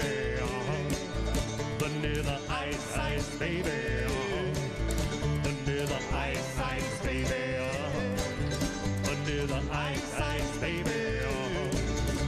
Well, now that the party is jumping with the bass kicked in and the Vegas are pumping, quick to the point, no faking, cooking MCs like a pound of bacon, burning them. I'm not quick and nimble. Go crazy when I hear a cymbal. I hot top with a boost up gimbal on a roll. Time to go solo, rolling in my 5.0. Rack top down when my hair can blow. Girl is on standby, waving just to say hi. Did you stop? No, I just drove. I kept on pursuing to the next stop, busting left. Headed in the next block, block was dead. Yo, I continue to A1A. Beachfront Avenue. Girls were hot, wearing less than bikinis. Rock man lovers driving Lamborghinis. Jealous, cause I'm out getting my shade with a gauge of vanilla with a 9 ready for the jumps on the wall. Jumps at the deal cause I'm full of 8-ball gunshots. Ranged out like a bell. Grabbed my 9, all I heard was shells falling on the concrete. Real fast, guns in the car. Slam on the gas, bumper to bumper. Avenues packed. Try to get away before the jackers jack. Police on the scene, know what I mean? They passed me up and fronted on the dope beat. If there was a problem, yo, I'll solve it. Check out the hook while DJ revolves it. Ice, ice, baby. Vanilla ice, ice, baby. Vanilla ice, ice, baby. Vanilla ice, ice, baby. Well, take it cause I'm a lyrical poet. Miami's on the scene in case you didn't know it. My town created all the bass sound enough to shake and kick holes in the ground. My style's like a chemical spill. Feasible rhymes, you can vision and feel. Conducted and formed is a hell of a concept. We make it hype. You wanna step with this? Shape plays on the fade, slice like a ninja, cut like a razor blade. So fast, other DJs say, damn, if a rhyme was a drug, I'd sell it by the gram. Keep a composure when it's time to get loose. Man, it dies by the mic while I kick my juice. If there was a problem, yo, I'll solve it. Check out the hook while DJ revolves it. Ice, ice, baby. Vanilla ice, ice, baby. Vanilla ice, ice, baby.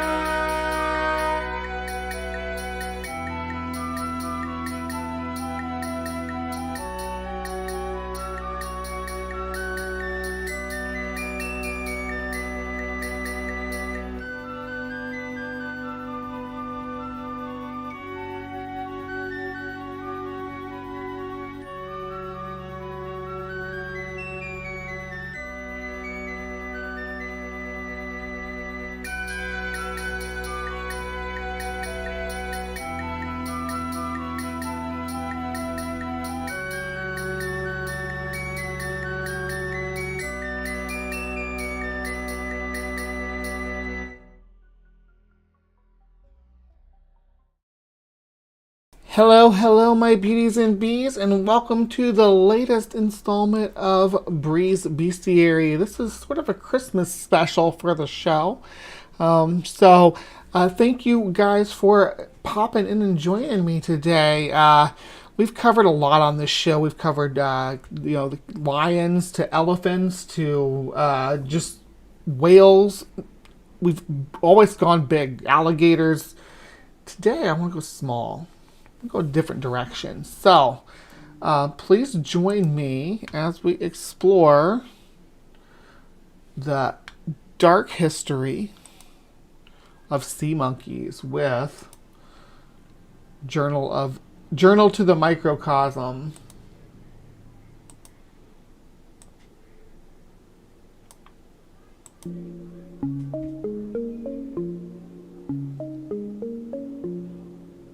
We are about to tell you a story that you might think you know. But unless you know that the Ku Klux Klan was involved, you're going to want to stick around. Because the interface of humanity and the natural world is always a very fraught place. Pets are a matter of personal preference. But they're also a bit about the branding. Like, we all know that there's kind of a feel to a dog person and a cat person, but also, take brine shrimp. I'm reluctantly friends with to Homo sapiens. They are some of the worst animals on the planet, but what are you gonna do, right? That's not a name that suggests a particularly exciting pet, but that did not stop me. When I was 7 years old, my dad helped me follow the instructions on an ad in, I think, a Teenage Mutant Ninja Turtles comic, so that I could order my very own brine shrimp. Of course, they were not called brine shrimp. They were called sea monkeys, and they were, I'll be honest, pretty difficult to take care of. I don't think they lasted very long.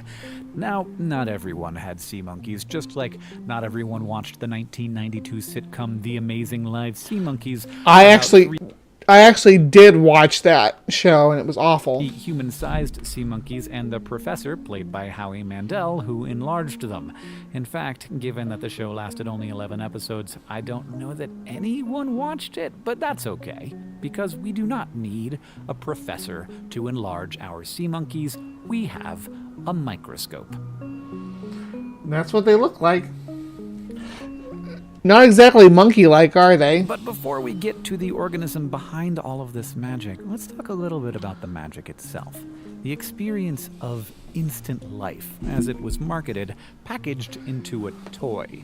The premise is kind of immense. Like, you feel as if you are creating life, but the instructions were simple. All you needed, according to the original 1972 patent, were 3 packets. Packet 1 contained the water conditioner, Packet 2 contained the eggs, and Packet 3 contained the food. Just add Packet 1 to get the water ready, wait 24 hours, then add Packet 2, and voila, watch in amazement as they instantly hatch. Now, the instant life of the sea monkey is actually the achievement less of you or the people at Sea Monkey HQ, and more of Artemia selena, the brine shrimp. While not brine shrimp are super cool. There's triops too, which can be have a similar life cycle, but you know.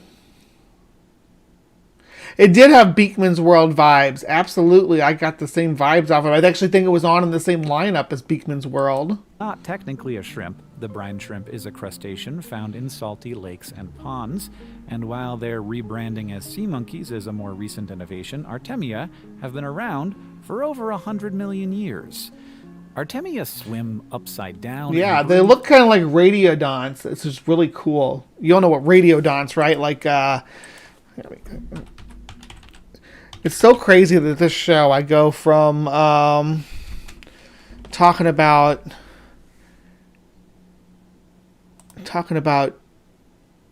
mystic grimoires to talking about Paleozoic creatures. These are radiodonts. You know, Anomalocaris is always the one that shows up as the poster child, but they were all kinds of weird looking. And brine shrimp do really follow something very similar to this type of body style. See, I mean, surely you can see the comparison there.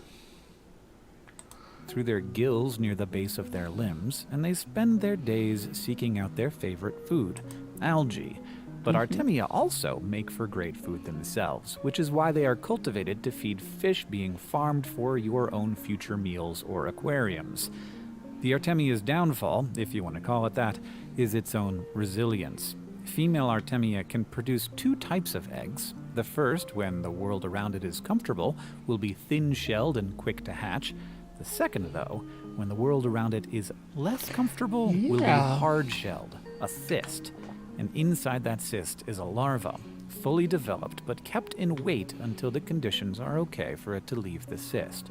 With just the right mixture of salty water, the Artemia will emerge from its rest. Scientists, of course, have done the obvious thing and sent these cysts into space, launching them aboard the Apollo 16 and Apollo 17 moon missions to assess their hardiness against cosmic radiation, and many of the eggs were able to hatch after that exposure. So these are like right up there with tardigrades, right? Pretty tough little critters. Though with some deformities. But back here on Earth, the hardiness of those cysts makes them well suited for the more mundane concerns of fish food. In the 1930s, a species called Artemia nauplii became the live fish food of choice for many, and Artemia eggs continue to be sold for fish cultivation. That's actually how we got ours. James, our master of microscopes, ordered a packet of about 1 million eggs on the internet, and then concocted his own special briny mixture like a mixologist at a microscopic bar to give... Do y'all think the hive needs some sea monkeys? I think we could probably get some Artemia. Them the right conditions to emerge in. And Artemia could have remained largely just a matter of fish food, except that in 1957, a man named Harold von Braunhut entered a pet store and left. Okay, Mike, you remember that name? With an idea. His muse was a bucket full of fish food. You know, Artemia. This was a time when ant farms were popular, and von Braunhut was struck with the notion that maybe what ant farms needed was an aquatic twist. But there was a challenge. Hatching Artemia as fish food is not quite the same as hatching Artemia as a pet. You only need the fish food to last as long as it takes the fish to eat it, but the Artemia that von Braunhut wanted to sell as a pet only lasted a few days. So, as one would do, he recruited the help of a marine biologist, a guy named Anthony D'Agostino, to create a hardier Artemia, though the secrets of how they did this we have not been able to uncover. But the science alone is not enough to sell shrimp, and von Braunhut was dealing with a customer base that already had its heart broken by a similar product called the instant fish, which used... I tried to look this up and find if I couldn't see what fish they were talking about. I know what killifish is. I didn't know that they had eggs that could go dormant and be dried. Dormant African killifish eggs, but was unable to meet the demands of its buyers. The thing to know about Harold von Braunhut, though, was that his main occupation was showman. He'd successfully sold a product called Invisible Goldfish, which came with a fishbowl and fish food, but no fish. So if you are a man who can sell no fish, then you are definitely a man who can sell sea monkeys, and von Braunhut was able to do that by turning to comic book advertisements, and there, the kingdom of sea monkeys was built. And you can still buy old comic books, like vintage style ones that have these ads in them. I think some of the ones they print out like today, the reprints will still include the old ads as well. I know that some of the comic books I have in storage still contain these ads. But the showmanship wasn't just in the advertising. Every time a kid added the second packet in their Instant Life kit, they were getting a bit of the same flair that made von Braunhut's other creations so thrilling. Because packet 1, you know, the ozone that was supposed to condition your water and make it nice and homey for the second packet of eggs that you'd add 24 hours later, yeah, that packet wasn't just water conditioner. It also had some eggs. And packet 2, the one with the eggs, didn't just have eggs, it also had some water-soluble dye in it. And by the time you added that packet, the first round of eggs would already have been hatched, but they would be difficult to see until the water filled with dye and made their hatched bodies visible. And the result, as the patent says, is the impression of Instant Life. We should warn you now that the history... That impression's doing a lot of heavy lifting there. ...of the sea monkey only gets darker from here. Harold von Braunhut was a white supremacist who, when he had to go see the U.S. attorney after lending a member of the Ku Klux Klan money to buy illegal guns, did bring some sea monkeys with him, and because of this association, comic book companies stopped advertising. Bugbot's stinging folks. Well, yeah, they put him in Victoria. Yeah, they put him in conditions where the mothers would produce the cyst eggs by making them think they were entering into a famine state. I had to pull up the first episode on my iPad LMAO. I was like 4 when I watched it. I don't remember anything except Beekman himself and the rat. The girl, the Brooklyn girl that was on the show with Beekman, like is his sidekick, who she like played a kid, but she was an adult. She was in a lot of like more mature content, like not I'm not talking like adult content. I'm talking like where she played like a psycho and stuff. Where she's like has a wide range as an actress. I'm actually impressed.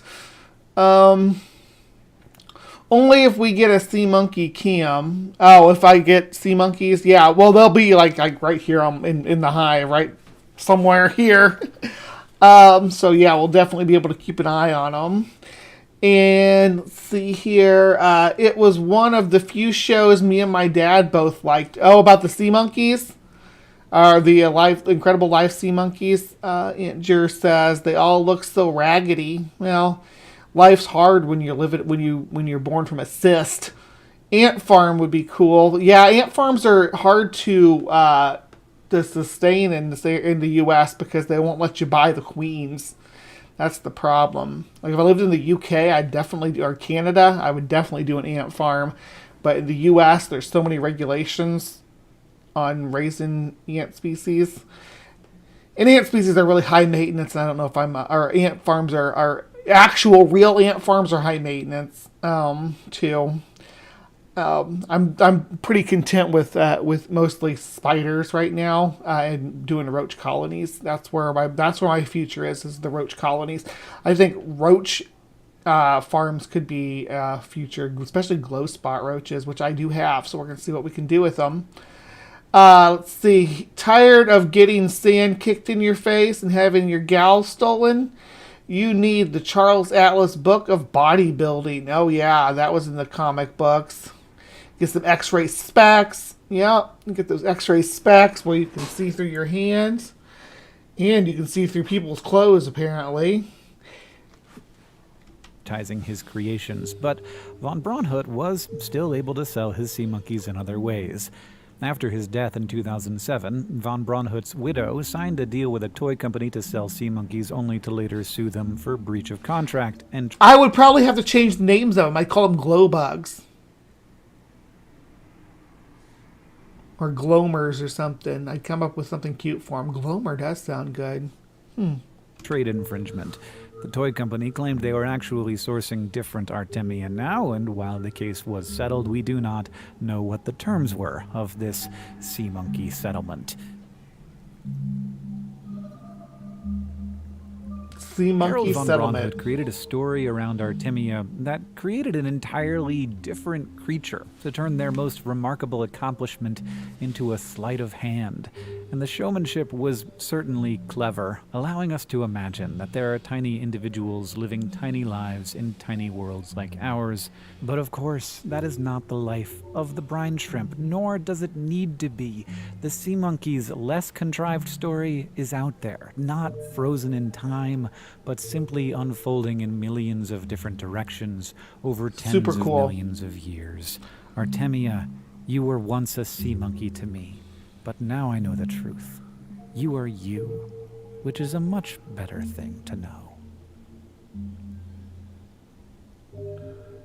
Thank you for coming on this extra. All right, so that was the history of the sea monkey. Now you'd think that, okay, so we know all about what these are now, that would be sort of the death knell of the industry, but actually von Braunhut's widow is continuing the sea monkey grift to this day. Here, one day ago, she released a Christmas at the Sea Monkey Farm. Let's see what it's all about. Is it going to actually have some sea monkeys, or is it just her Christmas stuff?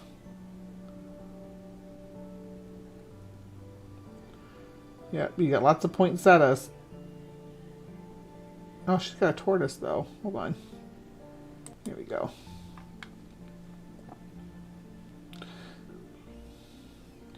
There's some sea monkey dolls. You want a sea monkey doll? She got a feeding spot for the deer. That's cool. I love watching the deer. Little box turtle. Eating some, looks like grapes and apples. You can tell it's a box turtle and not a tortoise by its eyes. Or I can. You probably can't. Some, we got guineas. Or those turkeys? Those are turkeys. No? Yeah, those are female turkeys. Okay.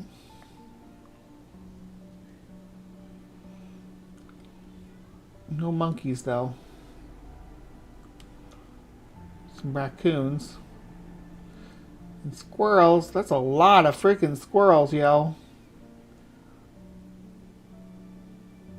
This woman does know how to attract the critters. I'll tell you that.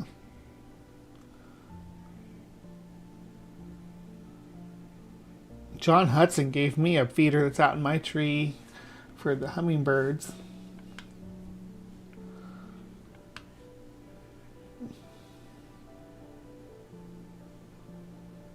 Sea monkeys after dark. That sounds kinky.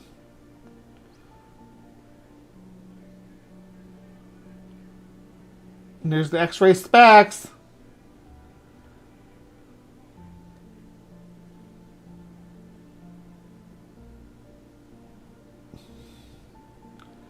Guess those are her sea monkey offspring.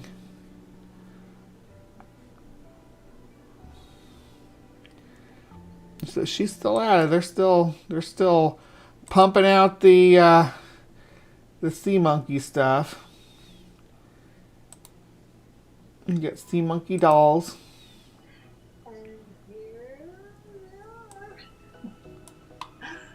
We're offering them for Christmas or before. We're only making 50 of them to see how well they're received. And they're a limited edition.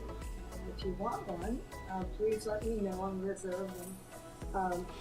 They'll start being on sale the first week of November, and today is actually November 6th. So they'll be available in a few days, actually. Yeah. I think they make great Christmas presents, and they have their own birth certificate, which I'll show you. And with a birth certificate, and we have their name, and they are all coming with Sea Monkey Goodwill Ambassador button. The Sea Monkey spread goodwill and peace on earth and love. So I hope you'll Sea Monkeys deal. One for yourself or for your friend. She's awful quiet. I can't hardly hear her. Happy day. I'll see you later. And Things like coming up, happy holidays from the farm. Probably wasn't mic'd on this. SeaMonkeys.com. Let's see what they have. Sea Monkeys. Was there a dash there? .com? There's probably a link on the website here. No. For real? Not even to your store? What was it? SeaMonkeys-.com? Yeah. SeaMonkeys.com. There we go. Let's see.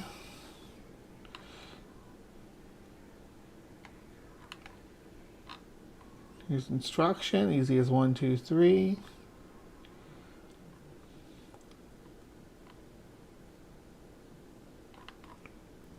Five days later, use the Sea Monkeys.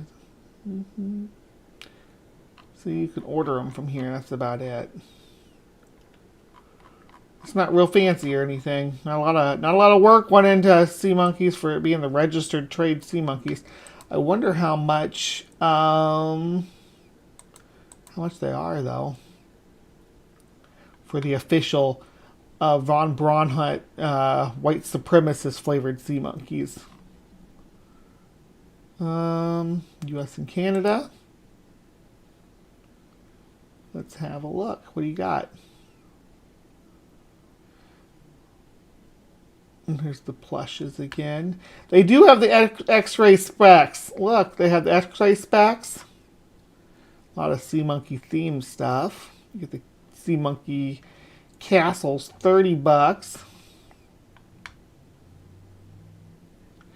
Sea monkeys on Mars is $30. So I guess you pay different, or they're different habitats for them. Sea Monkey Handbook is $3. Sea Monkey Instant Life Retro Kit. It's like the old one that you'd buy back in the day. Is $20. More X-ray specs and some T-shirts. Here's the classic Sea Monkeys is $20. Or no, it's classic Sea Monkey calendar. They got buttons and aqua leash, so you can take your sea monkey out, which is basically going to be sucking it up.